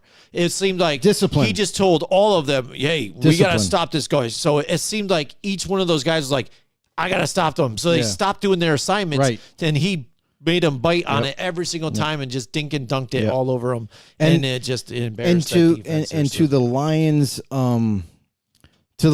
as far as their defense goes, when they have to face teams like the Ravens, how physical that they play. And Detroit plays physical too. We're not saying that, but Baltimore is known as a very physical team, and at the same time, they have some dynamic weapons, and one of the biggest ones is their quarterback. So for the Lions going forward, they got to figure something out to where they have to have the ability to play man. And I know that they predominantly play this like cover 2, cover 3 zone a lot, and they like it, and it works for them. But when you get into these situations where you have a playmaker like Lamar Jackson, a guy that's kind of off script type of quarterback, like a Patrick Mahomes, where he kind of just makes plays happen. Lamar does a similar thing, and it throws that whole defensive discipline out the window because, just like you said, guys are like, oh, no, we got him. And then plants his foot and goes the opposite way, and then everybody's out of position, and that's what either he takes off running or he can throw the ball wide open to a receiver because all the defensive play has broken down. So the Lions got to get better at this, and they know this. And this is a good thing for the Lions going forward is, yeah, they might have gotten dominated in that game, but it's a good lesson for them to have when and if they have to face them down the road. Absolutely. All right, here we go. Joe, you know what time it is. It's the segment we brought back this year again. It's time for Joe DeCapita's decapitation. Banned in most countries, but not here. It's time for your decapitation. All right, Joe, tell us what it is. I got to say that this week was tough because I watched the first 3 plays, and this one kind of stood out because just a perfect form tackle by, was it Cam Ward? Was that his name? Cam Brown. Cam Brown for the Giants on special teams. Perfectly formed tackle, drills the guy, stops him dead in his tracks, and sends him backwards in a split second. Just a tremendous hit, a tremendous job by him on special teams. And there was others that I really debated on putting in, but there was a couple of different variables. Like Witherspoon's hit. Even when they're penalties, you don't like to keep it as it's not really that. But here's the thing: is I look at a lot of different things. I look at physics. I look at like how the person's. So like Rondell Moore, right? Witherspoon's hit on Rondell Moore. Very physical player, loves to hit people as a corner. Came up and hit Rondell Moore. Now Rondell Moore is like 15 ounces of weight. Like the guy is one of the shortest dudes in the NFL, one of the lightest dudes in the NFL, and Witherspoon just hit him and knocked him off his feet. Like send him, his feet were like upside down. Like it was crazy. It made it look like a tremendous hit. And it was a good hit. Not saying that it wasn't, but think about it. Rondell Moore, as light as he is, it doesn't take much to knock him out. You know what I mean? Knock him, upside down. So that was one of them. The other one was the Jackson hit on the Green Bay tight end on the sideline, where he got called for a penalty. It was a personal foul. They called it helmet to helmet. It was close to helmet to helmet, but this guy has been week to week headhunting a lot of players and getting fined week to week. Yeah. I think this was a point where the NFL might have mentioned to the officials reffing the game that if this guy is involved in another collision like that, that not only to throw the flag, but to eject him. And that's what happened in that game. Yep. But it was an now insane hit. The 2-game suspension now. Yep. Mm-hmm. It was supposed to be a 4 and then got reduced. Got reduced. But Yep. that's the thing that I think teams are going to have to look at. And quite honestly, that's kind of where that whole rumor got spurned up about Sean Payton paying money, to take some big hits on people, to take people out. So who knows? But all I know is that Jackson safety for the Broncos, it looks like, that's what he's doing. He's just headhunting every single week. So he's going to serve his 2-game suspension now after the appeal. And he misses out on a couple weeks of pay, which is going to maybe open his eyes up to the fact that, yeah, you can still deliver hits, but just deliver them the right way. Mm-hmm. Absolutely. All right, that brings us to our picks competition. Last week, like Joe, we were talking about, we had a rough week last week. Here's the records right now, 59, 48, 65, and 41. It's still tight. It's still early, and we still don't know what the hell is going on with the NFL and some of these teams. So I don't understand. It's all over the map. This one's going to go down the wire, and it's going to be interesting. All right, here we go. Tomorrow night, we've got the Tampa Bay Buccaneers and the Buffalo Bills. And like you were talking about, what is going on with the identity of the Buffalo Bills? Because every week I keep buying in. It's like, this is the week they're turning it around. This is the week they're turning it around. Exactly. But they haven't yet. And I thought, if anything, last week was the week to do it. This Tampa Bay team, again, I thought they were going to show out better even last week because, again, the way they've been playing. See, they dangled it just enough to let me buy in, and then now when I did, rip the rug right out from underneath you. So that's what makes this one tighter, because this is what both teams have kind of done to us. Yeah. I'm going to just make it quick and easy here, just because Tampa Bay they have some good weapons here. It is Baker Mayfield at this point. Buffalo, they do have the injuries here, but again, they're trying to right the ship. I think all together they will, and playing at home, I think, is just a big advantage for them. I'm going to go with the Buffalo Bills at home. So on a short week, this is really tough for a lot of teams, is the fact that the injuries that kind of pile up week in and week out. Tampa Bay come into this game. I mean, potentially right now we're midweek, so it's kind of hard to judge, but Baker Mayfield is questionable with a knee. Chris Godwin with a neck. They're saying that he will play, though, against Buffalo, but that's kind of scary when you have a neck injury. Their starting guard is out. Vita Vea, their big-time D tackle, is questionable. Yeah. And Kayvon Merriweather, their safety, is ruled out. So a little bit beat up after this Sunday. Going into Buffalo, definitely a tough place to play with the fans and how passionate they are. And I got to wonder, it's not going to be as cold as you would envision. Right. So that's a positive for Tampa coming in. Buffalo, here's the thing. Bills are pretty healthy. Yeah, they got a couple of guys that aren't going to play. Like Dawson Knox, obviously, he's out. Ed Oliver's questionable. But, man, this is going to be national TV. And I feel like this is something that I've taken for granted on this, is that whenever there's national TV involved, both teams play at a higher level. I don't know what it is. Is it the spotlight now because everybody's watching or whatever? But this is where you got to pick your game up. And for Tampa Bay, they're going to listen. I think that they're going to play Buffalo tough because they're not an opponent that they play that much. But Buffalo, on national TV, if you're going to turn it around, this has to be it. Because I'll tell you this right now. If the Bills don't win this game, that puts everything in question for Buffalo. Are they still a legitimate team to make the playoffs? Because it will not. The answer might not be yes anymore. Mm-hmm. So in this game, this matchup, I got the Bills in this one. Okay. All right, here we go. Should be interesting. All right, next we got the Los Angeles Rams and the Dallas Cowboys here. Dallas had a week of rest, so they can rest up against these Rams. Rams have been playing good so far this season.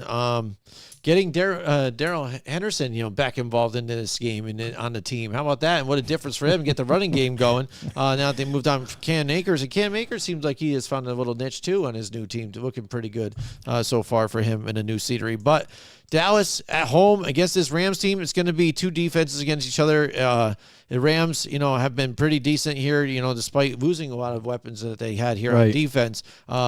Keeping games tight, but still that offense is up and down with me. They are going to get it to their main threats, especially Puka Nacua and things like that. But Dallas being at home in this one, I expect them to pull this victory out if they are any kind of contender. I'm going with the Cowboys.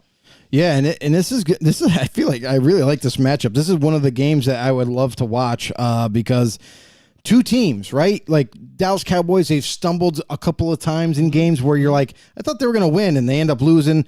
The Rams kind of in the same boat, but they're 3-4 right now, Jim. And honestly, probably thought they would only have one win at this point before the season started. But with the emergence of their defense and how well they've been able to play, minus last week, I know. The Rams, I feel like the Rams are tough to stop offensively. We've seen them be able to put points on the best of them. And now that you have Cooper Kupp back, I don't think the Rams are going to win or lose two straight. I feel like this is a team where they're going to come back. They're going to play Dallas. This is one of those games where it's not interdivision. It's not a team you normally play. So all bets are off. It's kind of like whatever you think is going to happen could possibly happen in this game. And you're not really sure what the outcome will be. Cowboys, I like their defense, but man, it did not show up before the bye week until the very last play. I think you do the same thing against Dallas. You double team Micah Parsons. It seems to stunt that whole defense. The Rams are going to look to do that. I'm going to go with the Rams into Dallas. Well, it's kind of funny, the whole thing with Micah Parsons, Joe. Isn't it how funny when we did our draft preview on him, and then we even picked him to go to the Giants, which I think would have been a nice fit. Would have been amazing, right? But we said pass rusher even. Keep him pass out. rusher. Yeah, defensive end. They started to this season trying, hey, let's move him out in coverage and all around stuff like that. And it hasn't worked out for him a lot of times. So they moved him back to trying to just stick to straight pass rushing. That would probably have to be the key for them here. And that's the thing that early on this season, they made that move because I feel like they understood, like, finally, I don't know why it took so long, but we've been pounding the table for him to just play pass rusher, just play pass rush end. And they keep putting him in coverage. He's not a cover guy. So finally they came to realization that, like, hey, yeah, maybe we should just have him not think about anything and just stop the run and get the quarterback. So good for them. But what's happening is you're seeing teams game plan for him and saying, hey, we're going to do our best to take him out of the game. Let's double team him. Let's frustrate him. And it seems to be the answer to stop that pass rush for them because opposite him, you would think DeMarcus Lawrence would kind of take over games, but even man to man, that guy is not doing his job. So, hey, I think that's the game plan to at least try to beat this Dallas defense. They're still a good defense, even if you are able to slow down Micah Parsons. But I'm going to go with the Rams on this one. Oh yeah, absolutely. So next up, we've got the Minnesota Vikings and the Green Bay Packers. I think this one could be a little tricky because Green Bay always has like the Minnesota Vikings number here, especially when they play it at home, despite who might that quarterback be. And they've been in a couple of tough matchups these last couple of weeks here, going down just to a possession or so. And we're starting to see Jordan Love, again, have those mistakes a little bit, the growing pains that you're going to have with your first kind of go ahead as the starter for one of these franchises going forward. I think they will have the crowd behind them here, and Green Bay is going to keep it close. But if Minnesota plays the way they did with that defense, against this team, I feel really bad for what they're going to do to Jordan Love, let alone what they did, with Brock Purdy and Kirk Cousins. Like I said, ever since that show I watched and everything, and I really like him, and I'm standing by him. And last week he did really well, and he's been delivering the ball. Oh no, it's just Hawkinson not getting some catches, turning into tips, wild interceptions that way. I gotta say, and I mean he's been delivering it. For anybody out there that has been talking shit about Kirk Cousins, like, you got something to answer for that, because he didn't just play well, he played above his level. Like, honestly, in primetime games, his resume he is won terrible. in primetime though, didn't he? It's like terrible, in terms of primetime games. But the thing is in that game, it's not just primetime. You were playing one of the better teams in the league, and you flat out dominated them offensively. Like, I don't know. They were limited in the run game up to that point. In that game, they were able to run for some strange reason. I don't know what the type of plays they were calling. Kirk Cousins, execution as a quarterback was excelled. Like, he just played well above what we normally see from Kirk Cousins. So, good job on Kirk, Captain Kirk, if you will. And now you face Green Bay. And here's the thing: don't let your head get too big. You beat the Niners. Turn the page. It's time to focus on Green Bay. It's time to handle business and get yourselves back into this divisional, competition here for going for the playoffs. So Minnesota played a tremendous job against the Niners. Green Bay, on the other hand, Jordan Love. Green Bay fans were very excited to have him as their starter. Are you sure now? Yeah, you see a lot of mistakes from Jordan Love. They bought in early in that season. I mean, I guess they didn't have an option really, right? but I mean, you shouldn't have been so gung ho on that because this guy was untested. Now that he is facing defenses week to week and is now the starter, you're starting to see some limitations by him. You're starting to see a lot of mistakes that he makes, throws he doesn't make, even when guys are open. So that kind of. I pull the reins back now. Like early on, we're like, wow, Green Bay, pretty impressive how well they've come out in week 1 and week 2 and whatever. Now we're getting to the meat of the schedule, and it don't look so hot, whether they're healthy or not. So I'm going to go with Minnesota in this one. I think they're going to ride this hype that they got moving. Kirk Cousins is playing at an excelled level. I think they bring it to Green Bay and get a win. All right, I'm going to agree with you on that one. I like Minnesota over Green Bay in this one. Atlanta Falcons, they kind of surprised me a little bit last week of what they did. See, we go pick them a few times, then we go and turn the script on them, and then they actually pull out a win in this one. So they're going into Tennessee. Tennessee looks like they're sellers at this point. We'll find out as they go with this one what happens. But let me tell you, I think they still play better at home, and what they do, and the weapons that they have, I think is still better. Depending though, and are they going to start Will Levis in this one, or is it going to be Malik Willis? Doesn't matter. I know. Really I guess does it really matter? I guess though, I'll tell you the truth though. Will Levis is the starter though. Man, that's going to be growing pains here. So you know what? I might just go with Atlanta still, just because I'm not sure what to expect, even though. The game plan's got to be to give it just to Derrick Henry, and he's going to do it all and run it all for you. But that's a lot of stuff to do. Just put it all on his shoulders to get it. The blueprint to beat Tennessee is not a mystery. Yeah. You have to stop Derrick Henry. Yeah. And now that you have no threat at quarterback, and when Ryan Tannehill's there, it's different. Now you're like, well, he can still throw it, so we got to be aware of that. Now you're going to have a rookie quarterback, not tested, come in, and he's played sparingly when he had to, when Ryan got banged up, but he's going to come into this game. I don't care about first-team reps or not, getting chemistry and all that. This is going to be tough for him. You get your first start, and you got to try to keep this balanced. Don't try to do too much. Keep it managed well. Atlanta's going to lick their chops on this one. They're going to try to stop, not only just load the box, stop Derrick Henry at all cost, and make the rookie throw the ball. Make Will Levis throw the football. Make him make decisions, and try to read the defense. I'm not a fan of Desmond Ridder either. I know that's what makes it tough. That's what makes this game really tough for me. But I like Atlanta's roster better. I like what they have on offensive line. Obviously, it's a lot stronger. They have weapons that they can utilize, and defensively, I feel like they're just better. So I think that they might be able to steal a win in Tennessee just because of all that. Like I said, I might go on this one too, just because of, like you said, the quarterback situation there. How much can you just rely on Derrick Henry? And hopefully, we saw Kyle Pitts get involved a little bit, late in the game, but see if they can do that a little bit more for this offense. I think that's what they need to get it going. It's all there. So if they can limit turnovers, I think Atlanta can pull this one out as well. We got the New Orleans Saints and the Indianapolis Colts. This one is going to be a tough game.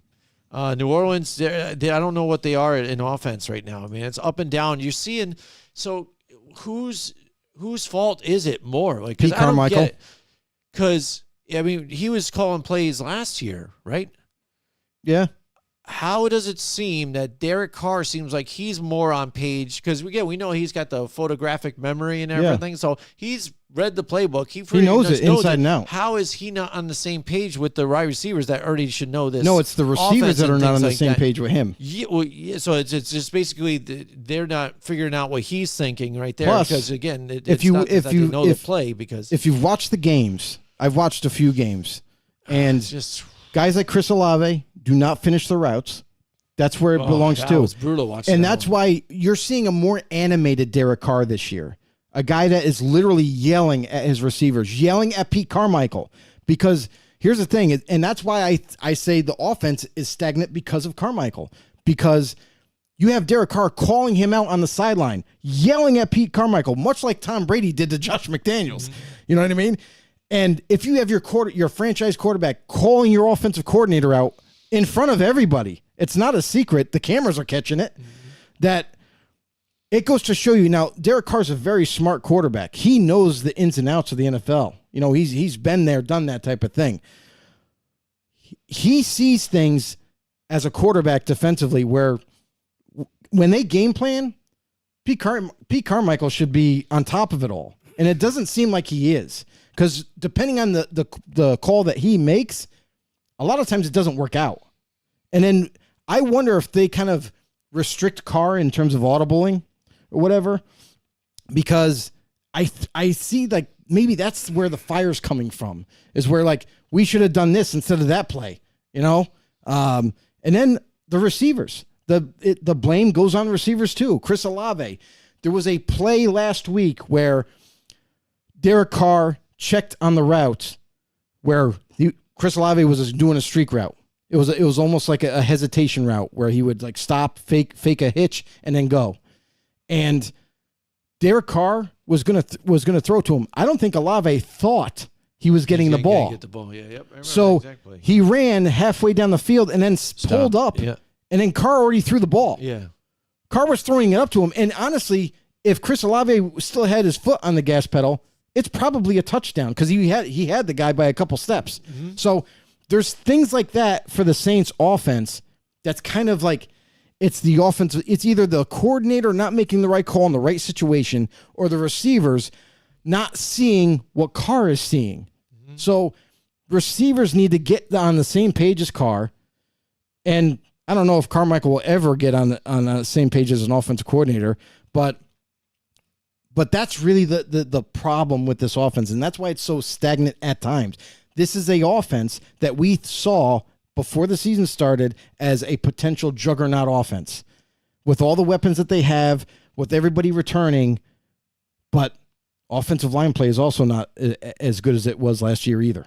Yeah, I mean, so that's what makes this one tough, because we even saw Indianapolis Colts just play tough against the Browns team and the defense that just dismantled, one of the top contenders. So true, and they play better at home too as well. So as long as they're in Lucas Oil Stadium too, I mean, they're not out of it. No, they're not out of it. So the question marks with New Orleans is the only reason why I'm hesitant on this one. But so when it comes down to it, for me, at least for picks, I'm just going to ride with what I was thinking before the season and what I'm seeing as far as New Orleans Saints should be one of the ones to contend for that division. And be there. And Indianapolis, again, they're starting quarterbacks out. You got Minshew filling in for now.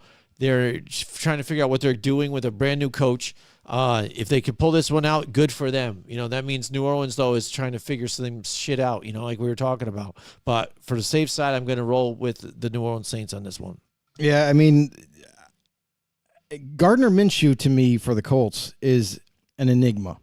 I can't figure him out because one game he'll look like, oh, this guy's deserved to be the starter. And then next week you're like, yeah, he's a backup. Like, he shows his colors to some defenses, like it confuses you. He makes some great, phenomenal throws, great decision-making at times. And then there's other times he kind of just like, it's almost like he's sending the game in. That's how bad it looks. So because of him not being as consistent as I thought he was going to be for this team, and the fact that, They are a little bit banged up at tackle, and the offensive tackle is not a strength of theirs for the Colts. I like the New Orleans Saints going into Indy and getting a win.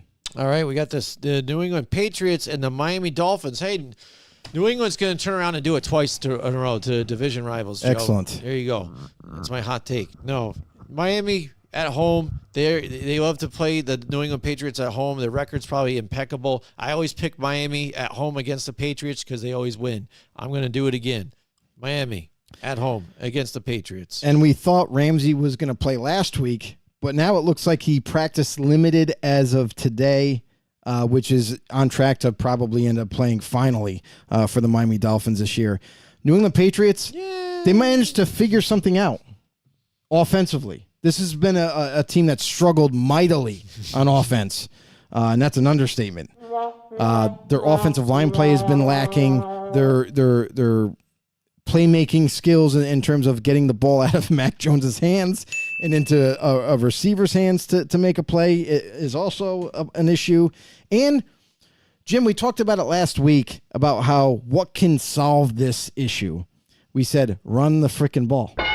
And what did they do last week? They finally ran the ball against the Buffalo Bills, which honestly was amazing because the Bills have been pretty good and pretty stout against the run up until last week. Well, what they don't have is a Matt Milano, who is their ultimate run stopper, though. Yeah, but I mean, still, I mean, it's not with that D-line of the Bills and the lack of the playmaking, for the offensive protection.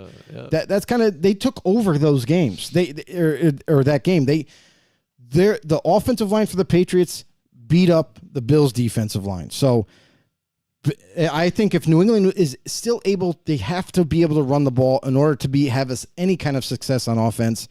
We saw a little bit of it happen last week. Can we see it continue this week? That's going to be interesting. I like Miami in Miami, quite simply because I think that Tua and company are going to get back on track against the Patriots and get the win easy. All right, here we go. We've got the New York Jets and the New York Football Giants. Giants and Jets.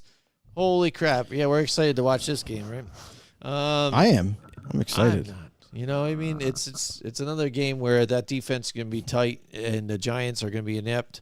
Not going to be able to do anything. Think so? Yeah, I don't think they're going to stuff Saquon and then pin it all back on Tyrod Taylor. So I don't think it looks good. Even though Giants are home, I don't think it makes a difference because Jets are home too. It's all the same place. I like the New York Jets. There are going to be more Jets fans there than Giants fans. Put it this way. So, I mean, on a positive note for the Giants, it looks like there's a positive note. Where? It looks like Andrew Thomas and Evan Neal are both limited up to this point. Looks like we might have a potential return of Andrew Thomas for the first time in several weeks. Yeah. Adoree Jackson also limited. So it seems like they're coming into this game a little bit healthier, especially offensive line-wise than when we initially thought. I would say this, like for the Jets, they're just a very good defense. So I feel like for the Giants, it's going to be an uphill battle for them to score points in this one. They're playing one of the better defenses in the league. And I think that this game is going to still kind of be close because of both offenses, really. Both offenses haven't really kind of blown out anybody or taken over games from beginning to end. Zach Wilson, let's see if he can kind of get into a groove here for the Jets and be able to put up a little bit more points than a few.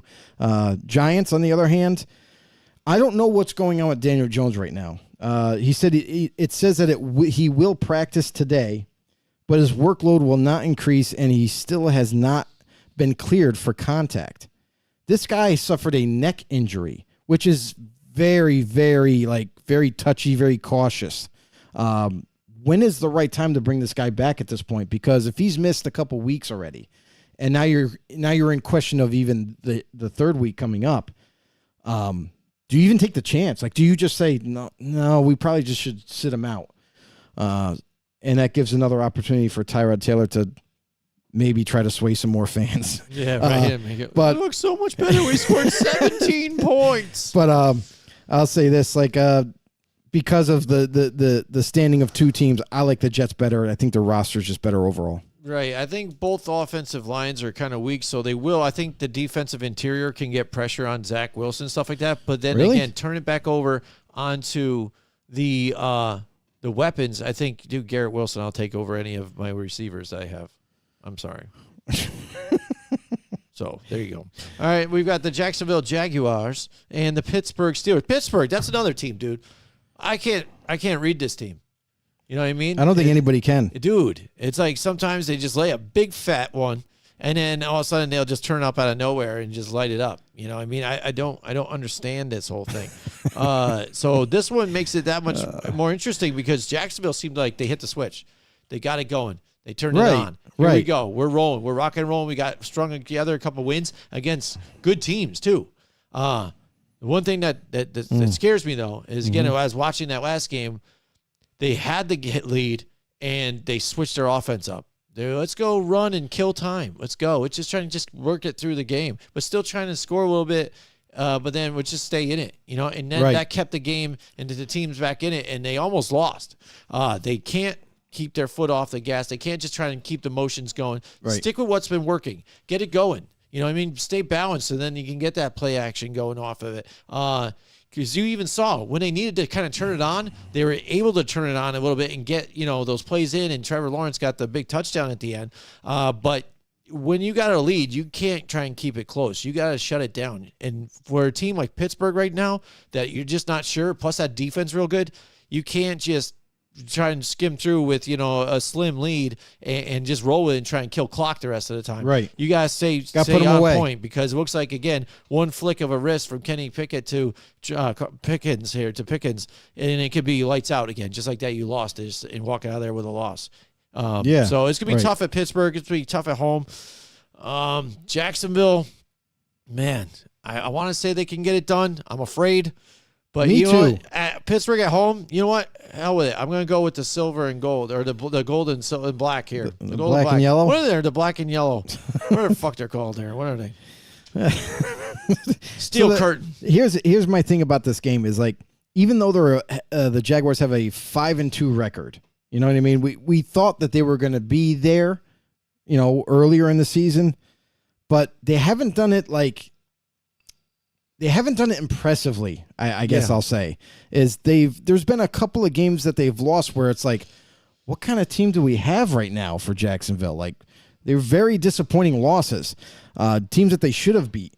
So for Jacksonville, it almost looks like they're starting to get their groove back.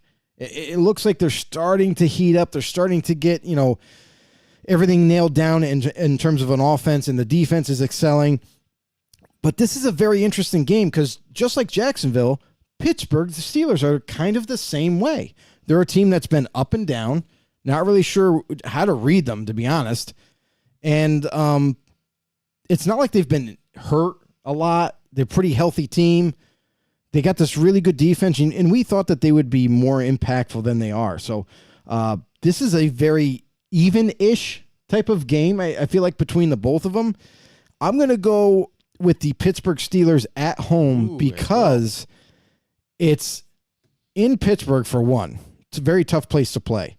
But also, there's going to be a little bit of a rain factor, it looks like, heading into Sunday, which I feel like fits right into the Steelers' blue-collar work ethic and grinding out games and being very physical. So I'm going Steelers. Yeah, I think they got to do the two running back situation, get Warren the ball more. He's more like that bowling ball type of hitter runner, you know, like they used to have, like when they had Jerome Bettis in a little bit, you know what I mean? Kind of pound it out and get some that chunk yardage. Mike Tackett's in the house with us tonight. What's going on, Mike? He says, let's give Doug Peterson the credit that he deserves. Turn that franchise around a lot in a little time frame. Small time frame, yeah, so far. No, we give him credit for sure. Absolutely. Get down on your knees and tell me you love me. So I mean, that's the thing is, like we do give him credit. He is he's done a tremendous job with Trevor Lawrence. He's done a tremendous job with this offense, and this team overall has been, you know, way better. Like with Doug Peterson and the staff that he assembled, they've kind of not only just turned this team around, but made them a division-winning team in a small amount of time, and looks to do the same this year. Yeah, but it's just, again, I'm not sure. Again, I'm not bought in. I want to see what happens here at Pittsburgh. The Philadelphia Eagles now, and the Washington Commanders. Washington, This was a close game the last time they played. It was. And, and this is an interesting story here with Washington because they're still kind of in the middle. They're 3-4 right now. Even in losing some of these last couple here. And there is still that timetable, I think, where we're looking at what's going on with Eric Bieniemy and, Riverboat Ron. Is this going to be the time where he sails along that river and outside, and here comes Bieniemy? Because, again, a lot of the talk is with Bieniemy, how he's growing even by coaching somebody like Sam Howell. It's helping him even as a coordinator get better instead of just jumping into like a Patrick Mahomes to where everybody thinks he was already got the God-given talent and he's already there. He was easy to kind of learn, teach and keep it going. Now he's got Sam Howell where he's kind of mold and try and really bring into a starting quarterback kind of situation here with this offense. And the fact that they've already won a couple here and been close in some of these games tells you that, these guys are still fighters, even with that defense that they have, that front four. They can still compete into some games. So are they on the selling train yet to restart or not? So is that means for like Ron Rivera to get fired after this season or not? Or do they just keep continuing moving forward with the new ownership? I think it definitely depends on how the rest of the season goes. If they have a losing record, then it might be time to move on from Ron. Then that might be the reason. But like I feel like personnel wise, they've started to assemble this team 3 years ago, where they were adding talent, drafting talent, adding free agents, and now we're at a point where you look at their offense, which they didn't have weapons for the longest time. Now they have a nice receiving core in place. They have running backs in place. They just don't have offensive line now on offense. And defensively, yeah, they still got to work on a few positions there in terms of linebackers and maybe the secondary a little bit. But this is a team that roster-wise, personnel-wise, they are getting better year to year. So you like to see them get better in the record column. And for Ron, I feel like that's why Washington's players are playing so tough, because they, as players, believe in Ron Rivera. So they are giving everything they got week in and week out for him to try to keep him there. So for Washington going forward, I would say it's going to depend on his record. If it's not a 500 to a above 500 record, then the curtain might have to fall on Ron. He might have to take the blame for it, and they're going to move on with a new regime and bring someone else in. But if he's able to at least get 500, maybe even a winning record, then I think he's pretty safe. I'm sorry I had to go off track and just bring that up a little bit, just because I think after this one, it's going to be a tight one, but I'm still going to take Philadelphia on this one here over Washington. But if they are able to compete in a game like this, it could change the balance of some of that. Yeah, and we've talked about the Eagles earlier in the show and everything, so we don't have to go too far into it. It's like this is a team you're supposed to beat. Really honestly. Like, this is a divisional opponent. You're expected to beat this team. You need to beat this team and continue in the win column. For Washington, time to play spoiler. Try to play spoiler, because listen, they kept that game close last time, and Washington was, man, they might have pulled off a shocking win, if they didn't make a couple mistakes towards the end. Can they do it this time? Let's see. At home, that would be interesting to see that happen. And Ron Rivera could always hang his hat on that one. Be like, hey, but I beat Philly. So, but that all said, I'm still going to go with the Eagles going into Washington and getting another W. There you go. We got Mike Tackett ringing in the comments. Then it made a noise. Football in the know with Jim and Joe. That's right. Yeah, the soundbite is longer than I remember it. I just figured we'd try it one of these times. Oh, God. Okay, so Mike Tackett says, now that Madden has had a few updates, I'm thinking about giving the demo a try. Thoughts on this year's roster update? I mean, new game. I don't play Madden, so Joe, have you played? Mike Tackett, I've been on strike against Madden, so I have no idea about Madden or anything, what they've been able to change. I've been so disappointed in that franchise at this point that I don't even give a shit about it. I'm ready for these other companies like TK or 2K and the one that you're working with. I forgot, Mike. What was the game that Doug Flutie game? But Yeah. I don't think they took Doug Flutie's name off it. It's Maximum Football. Maximum right? Football? Maximum Yeah. Football. Mike Tech, give us an update on that. Actually, like how's that going and everything? Because that's Absolutely. what I'm more interested in. That I'm really excited for those games right now. Yeah. Yeah, I gave up on Madden a while ago too as well. So I couldn't tell you. Listen, if they didn't screw up, well, they screwed up a They lot of screwed up a things. lot of But things, I my know. thing is like for us, right? Yeah. When we would create a franchise, right? And They like we would avoided do, franchise mode basically the last couple of they years. did away with it. Yeah. When they Didn't do had any that updates for available it. and they had the drafting, like to be able to scout players and stuff, when they had that whole thing where you could find out their skills, you could find out little brief descriptions about them, and then projected round and all that, based on how long you scouted the player, gave you a lot better information to draft them. When they did away with all that, now you got to unlock individual crap with fake currency and stuff, and they made it so complicated and it's not fun anymore. So that's kind of, they're missing out a lot in that realm. All right, next we've got the Houston Texans and the Carolina Panthers. Carolina Panthers struggling again, but we didn't expect a whole lot from them. Houston playing a lot better, but who knows? This could be that weird trap game that they cannot pull it off here with Carolina. Either way, that being said, I like what Houston's doing. I'm going to roll with the Texans on this one. We have an update. Mike Tackett said online game beta is underway. Franchise beta was last week. Game is getting better with every beta. Can't fucking wait. There you go. Me neither, bro. Yeah, and I think just the only things I've heard about it is the fact that, with graphics and things like that. But I mean, I think who for a cares? small company, Yeah. they do well, and starting. you're just you're gonna build with that. So I mean, that's not the be all end all of a lot of things with me. A lot of the younger Right. generation maybe, but it's not the be all end all. Yeah, I mean, for this game for Houston at Carolina, listen, we've seen Carolina's struggles. We've seen them actually play relatively well, especially like on national TV. They played against the Saints, and we thought that the Carolina was going to get stomped on in turn. They almost damn near won the game. So sometimes they show little spurts of becoming a legitimate team in this NFL, but right now they're not there. And with Bryce Young's continuing struggles at quarterback, that's kind of what's holding them back a little bit. Houston, they don't have that same problem. CJ Stroud, as a rookie, is really came on strong and is showing that he doesn't even look like a rookie right now. Distributing the football, making smart decisions. That's kind of what's helping this team grow. And Houston's defense is much better than I thought it was going to be. So I'm going with Houston. All right, here we go.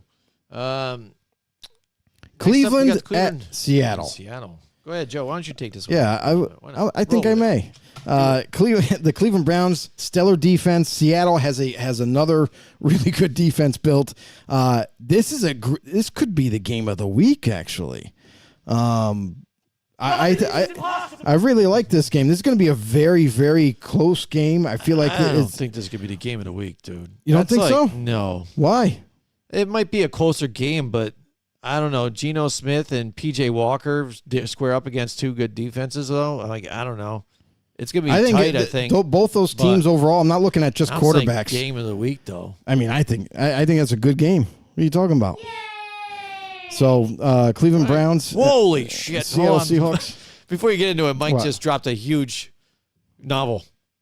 Oh, Is here it we Mike? go. And then Mike Tackett. There you Mike Tackett here, my old teammates and current Rams special teams coordinator, Chase Blackburn. go. Man, name drops. Who- Boom, yeah, bang, bang. Just hit him. Who used to play under Love Chase Rivera Blackburn. in Carolina before he was the special teams coordinator there, too, said Rivera is definitely an old school players coach and rewards hard work and definitely prefers to promote from within. Can't blame him for the mess in Carolina. Slowly getting Washington out of the dumpster fire too. Yeah, Mike. You're preaching to the choir here. It's exactly how we feel. Like this guy was ran out of Carolina and blamed for everything, and he shouldn't have been. And since he's been with Washington, yes, it's been some years. It's been a few years, but this team was the laughing stock of the NFL at one point. And now when you say, oh, well, so-and-so is facing Washington, it's not like, oh, well, that's easy. They're going to get washed. Like, they don't even stand a chance. They stand a chance every week. So they got some young pieces on offense. They need a few more pieces to make them relevant again, but they're getting closer.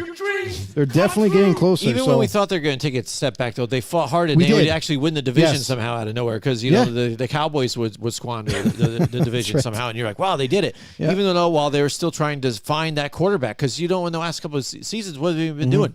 You know, let's get Ryan Fitzpatrick. Let's go back to Carson Wentz. You know, let's get that, and let's go try and find these guys. And now they said, screw it. I grabbed Sam Howell from, you know, back in the day. You know, I liked him. Let's bring him over. Let's just roll with it then. What the hell? Let's go. You know? Exactly.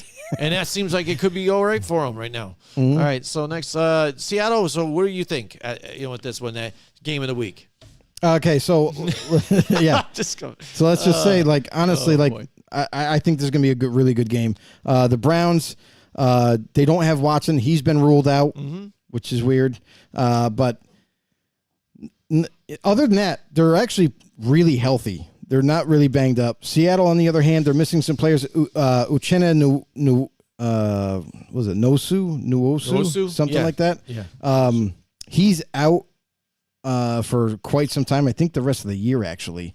And what did they do? This is we debated this last week about how teams always say they're going to improve the roster whenever they need to. Seattle Seahawks goes out and signs Frank Clark from free agency, adding another pass rusher to this already good Seattle Seahawks team that they needed. Geno Smith. Jim, are you convinced with Geno going forward? Like, has he shown you enough, especially this year? It seems like he's struggling. It is with me, though, too. Yeah, he might have found a new spiritual place for him to get better with some things and stuff, but I think it deep down inside is because he's a very angry man. I think he carries a lot of emotion and a lot of things, and he puts it out there. I really do. I think he is very. Why I think he had issues even with teammates in New York and in Buffalo. That's true. True. He seriously got his face smashed in by a teammate. You know, because he didn't show up or was supposed to do something for a charity and didn't do it and yada yada. Gotcha. So I think he really has bought into this newfound love for religion to fight the demons that he is and the angry person that he is. I think this season now, with some of the turmoil that they've been going through, or even just struggles, it's still a little tighter for them. They've been doing well last season, but some of these other ones, you see that fire kind of coming back out of them a little bit. And I'm wondering if it's an internal struggle for him at this point, if things get tight, and really tougher for them. Because I'm not exactly sold. I think last year was a nice thing and looked good for him. It was a great story. Geno Smith might just turn out being just that same old Geno Smith, but good enough backup, but not enough to get you to where you want to go. I mean, you know what I'm saying? Yeah, I went further into that whole thing, but I don't know. I'll say this. Last season, great story, like you mentioned, comeback player of the year, and rightfully so. This season, it only gets tougher as a starting quarterback going forward in your years. Teams are figuring out Geno Smith, just like we talk about Jalen Hurts and how his lack of production as a quarterback versus last year. I feel like the same thing is being applied to Geno Smith, is that teams figured out his weaknesses. Teams are figuring out how to play him, how to disrupt him. And now it's time for Geno Smith to counteract, got to adjust. And that's what I think that's the part of his game that hasn't evolved. That he just hasn't been able to bring that out. Seattle, early on this year, big time struggling offense. They just had a hard time scoring points. And obviously, like, you could say, well, they weren't completely healthy. They were missing tackles, this, that, and the other thing. But still, you got to make it happen. This game in your own house, this is a game that you have to win. If you've been the starter, you've had some success, limited success at the position. You're starting as an offense. You're starting to figure some things out the last couple of weeks where they look a little bit better and a little bit more like last season. you got to continue to do it. You need consistency. Looks like, DJ Metcalf was out last week. He's coming back this week. And both teams seem to be pretty healthy across the board. So I'm going to go with Seattle at home. All right. Yeah, I was trying to. You okay? Yeah, I was trying to fool people and think I glitched out and you were still talking somehow like we had a thing. That doesn't make sense, but okay. I don't know. But I had already made up my mind already with this one. I'm going with the Seattle Seahawks on this one. All right. Next up, Mike Tackett, I think, has a comment here. There he does. As quick as Caleb Williams' stock is dropping, he could be there at 25 for Seattle if they elect to not re-sign him. Gino, he's talking about. Yeah, I mean, it's possible. What can you say? But here's the thing is, like, even though his stock is dropping based off of his tremendous success last season as a college quarterback, this is the NFL, as you know, Mike. It's a different breed. So if you're struggling right now in college and you're not at least continuing your success from a year ago, that doesn't look good.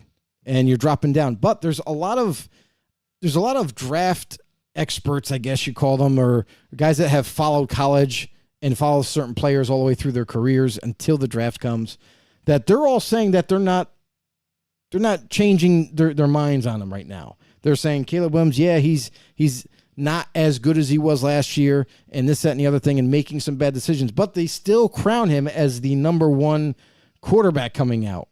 Now, is that just the hype talking that's continuing to go on about him, or is it just their ignorance to change their minds about this quarterback? So Caleb, in my eyes, I don't think he's the number one overall quarterback. I've seen enough this year to where he struggles week in and week out, creating turnovers, uncharacteristic of him from last season, but it is what it is. Some guys get better with pressure, and maybe that's what it is now that the pressure's on him to be this best quarterback coming out, and he's faltering.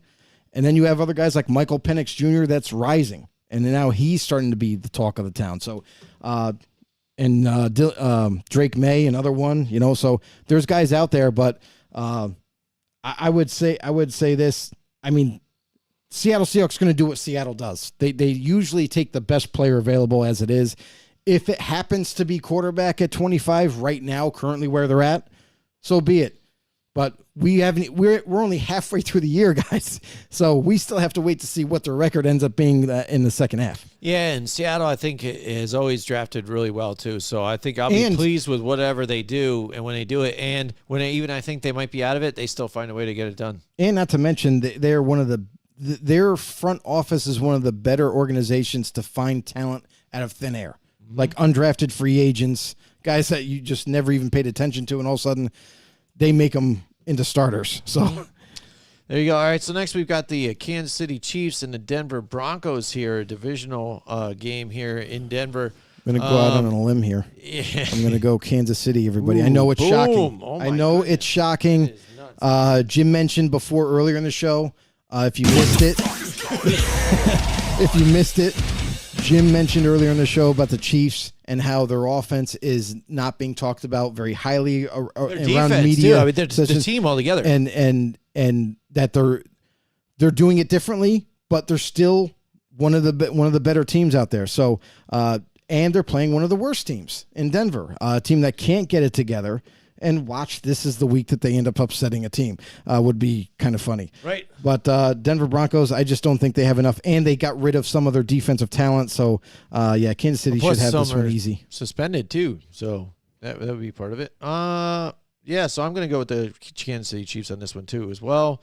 And prop bet, as you see, Taylor Swift probably 5 times. All right, Baltimore Ravens and the Arizona Cardinals here. Joe, Cardinals, again, they are who we thought they were. Baltimore, I think, played really well last week. I think they'd even take a tick down a little bit because they kind of overdid themselves, I think, in this one. So I riding high, but I still think they still take this one pretty easily, handily here. I'll say this. Last week, they put on a clinic defensively. They put on a clinic offensively. They were just hitting on all cylinders. Baltimore, even though they have to travel to Arizona, not that big of a deal. I think Baltimore is going to be able to handle Arizona despite possibly the return of Kyler Murray. Sounds like he practiced today in limited fashion, and we'll see if he even gets the go-ahead to start. But both teams pretty healthy. Roquan Smith and Marcus Williams are the only ones that it might be in jeopardy of missing the game. But even that being said, I'm going to go with the Ravens. All right, next we got the Cincinnati Bengals and San Francisco 49ers. This What do we do? Is the game of the week, Joe. What do It's gotta we be. do? Because there's not a lot of good games even. There's some tighter ones, I guess, but if you want to look at some of this elite talent, I guess, or whatever you want to look at, I mean, this is probably the game of the afternoon to watch. The Cincinnati Bengals, they're trending upwards again, but still, Joe Burrow getting a lot of pressure there. In San Francisco 49ers now, it depends, and if Brock Purdy can get out of the concussion protocol by then, because that's a different thing. So if he's not able to play, then I'm not going San Francisco. But San Francisco at home, they've been doing very well again in winning still, and they're just a whole different animal. Plus, Deebo Samuel probably set to come back by that one. Deebo, nice. Deebo as of today did not practice. Okay, so he's still in jeopardy of missing this game. Trent Williams did not practice either. He's out. Even though big key that both of these guys missed last week as well. So it could change as the week goes on. Like, we're picking in the middle of the week right now, so we don't really have any indicators. Tomorrow, both these guys could be limited participants, and Friday, and then be ready to play. So Christian McCaffrey, I know he had there's been some concern with his oblique injury that he sustained a few weeks ago, but practiced in full today, pretty healthy. Brock Purdy, like you mentioned, that's really going to be the indicator of how well this offense is going to go. Defensively, no question. They're going to be ready to go, and they're going to be after Joe Burrow and the Bengals. Cincinnati, Joe Mixon's in jeopardy of missing another week. Don't know if he's going to be available or not, and that's going to be a big deal, I think, for Cincinnati. They need Joe in the backfield running the rock, and to kind of help this offense keep moving and motoring forward. Bengals defense, I gotta say, I know that we've said that they are a good defense, but I feel like they're one of these defenses in the league that kind of go overlooked a little bit. Definitely playing better than obviously what their record is right now. But let's see if Cincinnati can kind of keep things going. Brock Purdy, I'm gonna bet on Brock Purdy being a go, and if he's not, then so be it. But I'm going San Fran at home. Yeah, this is going to tight one. I think, again, the fact that Joe Mixon isn't there is a big difference for Cincinnati, bigger than, San Francisco not having like a Trent Williams and things. I got to say, the next game might be the game of the turds. The game of the turds, the toilet bowl. Yeah. Now, this is a game that Detroit is at home, and they should come away with this victory because Las Vegas. Oh, you mean Chicago and Chargers? Oh, yeah. Whoops, I skipped over that one. Oh, okay. I thought you were just meaning about the other kind of turd, but I guess that wasn't really a turd either. Chicago, Chargers. What about that kid? Tyson Badgett?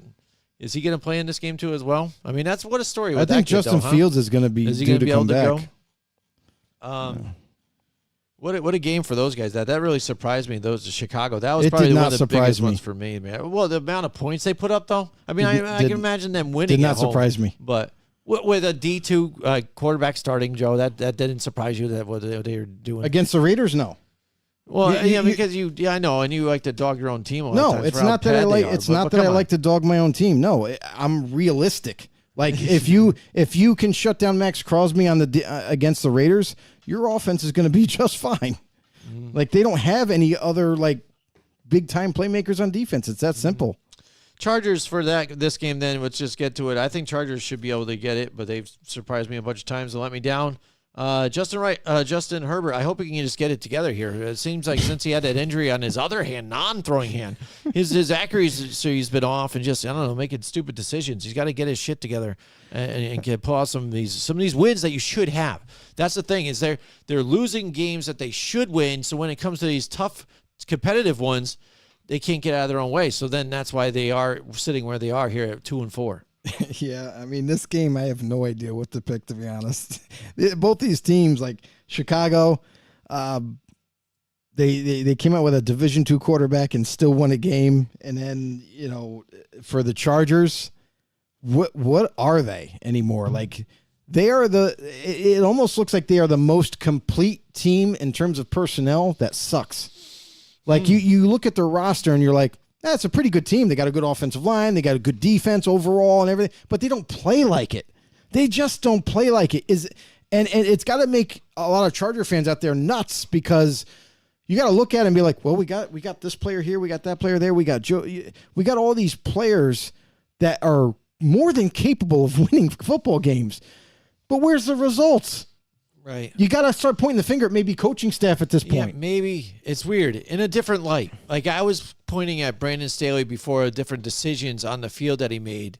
Especially with how it likes to go for a fourth down. He isn't doing that this much and stuff. But if you want to talk about preparation and getting the team ready and keeping them motivated to keep into this, because a lot of times his defense has been giving up the plays at the end of the game that finally ended up for him. But the offense is sputtering, though. It's something the difference for me, at least the difference this year, is the fact that Kellen Moore in that offense, just something's not matching up there. No, not at all for me. To me, it's Brandon Staley and him calling defense. I don't think that's so. That I've seen him his defense has been giving up a lot of yards, and you're the defensive coordinator. When you need your defense to go out there one last shot and to shut it down, it seems like they're struggling with that.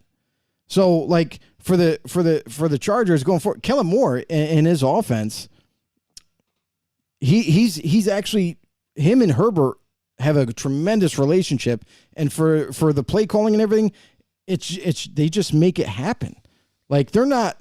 I gotta say that, like, I really do believe that overall the coaching staff in general, with the personnel they got, there's no reason why they can't win games. So that falls on coaching, hands down.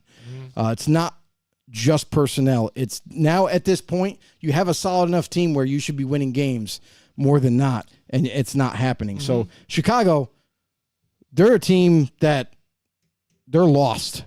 Like, Justin Fields right now, we really don't know if he's going to play or not. I mean, I would give the Bears a shot to win if Fields is playing, but with the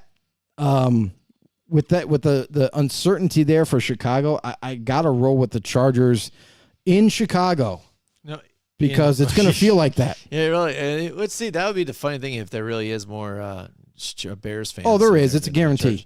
Yeah, if you look at it, too, you look defensively, too, worst in the league in first downs, giving up the first down, and second to last in yardage, complete yardage here, and worst against the pass. So that would make sense here, too. And that's kind of what we talked about, even, too. And when they're in tight games and they're scoring and keeping it close, the defense will give it up right at the end and end up not making it. Mike Taggart said Chargers were the same team with LT and Rivers too. Yeah, I mean they had talent then.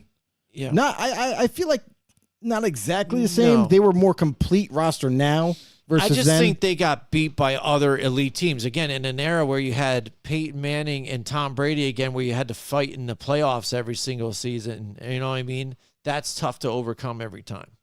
You know what I'm saying? Yeah. Which I guess we could kind of try and parallel it with a Justin Herbert and those guys, but I feel Justin Herbert hasn't gotten to those levels. Like, we'll say even the Herbert Chiefs rivalry is big, or not the Bengals Chiefs rivalry in Joe Burrow is bigger than a Justin Herbert Patrick Mahomes rivalry. You know what I'm saying? Yeah. Sure. They're not on the same level still. No, they're not that at little all. brother that has tried to get there and just can't. And I think the Chargers have been able to take their division. Not Chiefs been a part of that, you know what I mean? But they'll take their division, and then when they get to the playoffs, with LT and Phillip Rivers, they meet a Peyton Manning who is a division winner, and then another division winner with Tom Brady. Yeah, and not for nothing, but like we gotta just call out Justin Herbert himself. That's what I'm like saying. Herbert's play on the football field sometimes he looks like the Herbert when they drafted him to be. But then there's other times when he makes a bonehead, either a mistake or it's just flat out execution. It's not getting the ball to the receiver in the right spot. Or it's choosing to throw to someone else when he should have just taken the check down to Eckler. So there's some miscues that Herbert is doing himself. that he deserves a little of the blame too. That's why he will never get the full Subway endorsement. He's got to be behind Patrick Mahomes on that one. Nope. He's like nipping at his heels. Yeah. Say, can I be part of it at least? Yeah. And then, just not being able to He can be the Subway get the deal MVP done. all he wants. He'll never be the league MVP. All right, next up, finally did a game I was trying to jump to in Monday Night That's Football. right. Fast forward. Here we go. Detroit and Las Vegas here. Again, Detroit is a game they should win at home. The place is going to be rocking. Vegas, Joe is again bashing his team, and they should be. They're just not very good. You know what I mean? And like you said, an easy way to stop is trying to stop Max Crosby. So basically, max protect here for Jared Goff, get the running game going, and then that's it. Detroit should win this game. It's not bashing your team if it's true. Yeah, no, I hear you. So it's like what I've been doing with my team because a lot of truth behind what I'm I say just with my I'm team, just too. stating You just know your facts. team. That's all. I'm stating facts about this team. A lot of other people out there might be like, talking like all kinds of craziness about their team. Like there's Charger fans out there that think they're the greatest, and I just don't get it. But for the Vegas Raiders, I mean, they're limited. Let's just call it what it is. Coaching is terrible, and it shows. Because there's games where this team should win games, and they fall flat on their face. Offensive production is lacking. They haven't, as an offense, been able to score. Get this. We're like mid-season. They haven't been able to score over 20 points, or 20 points for that matter, as an offense. How pathetic is that? Like, that is insane. And then defensively, they just don't have the right pieces there. They've done a terrible job assembling this team defensively. They've done a terrible job drafting. I mean, let's just say what it is. And going against Detroit, this is a team that we talked about earlier in the show where they're ascending team. They're definitely on the come up, and they're taking notice. This is going to be in Detroit, so good luck, Raiders. Definitely, it's a tough place to play, especially now that they're winning games. This crowd's going to be insane. Having a national broadcast game in Detroit, yeah, there's great win for them. It's been a long time since that's happened. And good for them, though. Yeah, I mean, a lot to. I look for Detroit to kind of just basically take the game over from start to finish, and I don't think the Raiders will have an answer for it. Yeah, and then he goes, here you go. Mike Tackett said regarding Subway, bring back. $5 footlongs. Yeah. You're never going to see that stuff again. I know, damn inflation. Never happening. Thanks, Biden. Even then, like even when that campaign was going on for Subway, $5 footlong, it wasn't really just $5. Yeah. Like I found out, like, after you get it and everything, it's like $8. It's like, you lying sack of... Well, it's funny is because now their big thing is like, hey, we're slicing our own meat now. Oh, look at that. Ooh. Oh, and by the way, it's 30%. This whole time you've been telling me to eat fresh, and it hasn't been fresh, but now you're telling me now it's fresh because you're just cutting it finally. And also, Jim, it's 30% more meat now. Wow. Hey, 30%. About time. Yeah, and 50% increase. Yes. 30. Obama. Yeah, man. It's Subway. Yeah. I haven't eaten Subway in a very long time. Eat shit. Either, don't Joe. want to. Listen, Jim, I'm going to tell you this story. This past week, Absolutely. I was hungry, right? Yeah. I had to stop somewhere. I stopped at a Love's gas station. Love's, holy moly. Yes, and truck stop and stuff. I like it. Was it the one Plenty right there of in the food there Mass and everything?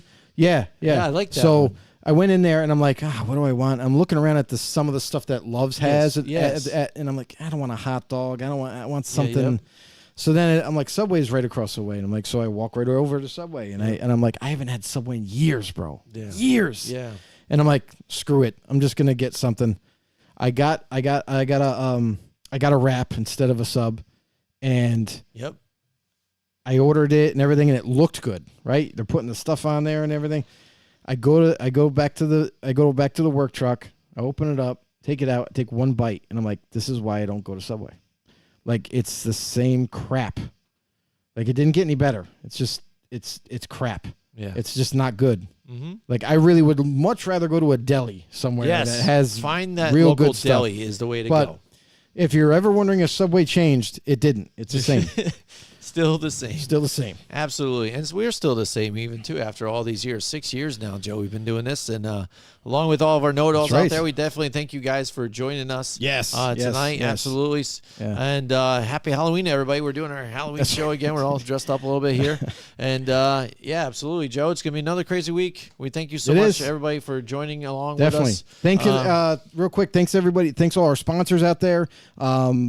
Thanks to Raise. I mean, they've been pretty amazing so far, giving us discount and everything. Good stuff. It's opened my doors to my life. You know what I'm saying? Keeps me flying without the crash. Yeah. Yeah. I mean, all this other time, I'm in a Monster guy and things like that and stuff. Right. And Rays tastes good. There's not the sugar. You don't have all those crazy dyes and stuff. And I feel good after, and I can feel the energy, and not so much where I'm jittery. I just all of a sudden I'm aware. And the other thing that I like about it is it's not like traditional energy drinks, because they also have like amino acids in it, vitamins in it. Like, it's pretty darn good stuff. So. And I bought the Rays cakes, Joe. I am a big fan of the Rays cakes are so good, right? Yeah, they are. I got the chocolate lava cake or whatever. If you want to get some more products, go head over to repsports.com and enter our promo code RaiseEmUp. Listen, we're talking about these Rays cakes, these Rays energy drinks. We highly recommend them. We use them ourselves. It's a great place to get all your different you pick-me-ups, if you will, and some snacks and whatnot. But yeah, American made in Florida, good stuff. Also, we just want to say, everybody out there, thank you guys so much for tuning in today. If you could do us a huge favor, if you're new to the show, if you're not new to the show, go reach out to some people that you know love football. Head over to YouTube. Like, subscribe, comment, share, do all of that. And when you do all that, then swing back and say, hey, I think they are on podcasts too. Anywhere you get your podcasts, iTunes, Spotify, you name it, drop a follow there and become a know-it-all. Would you already? It's been too long. All right. See you guys next time.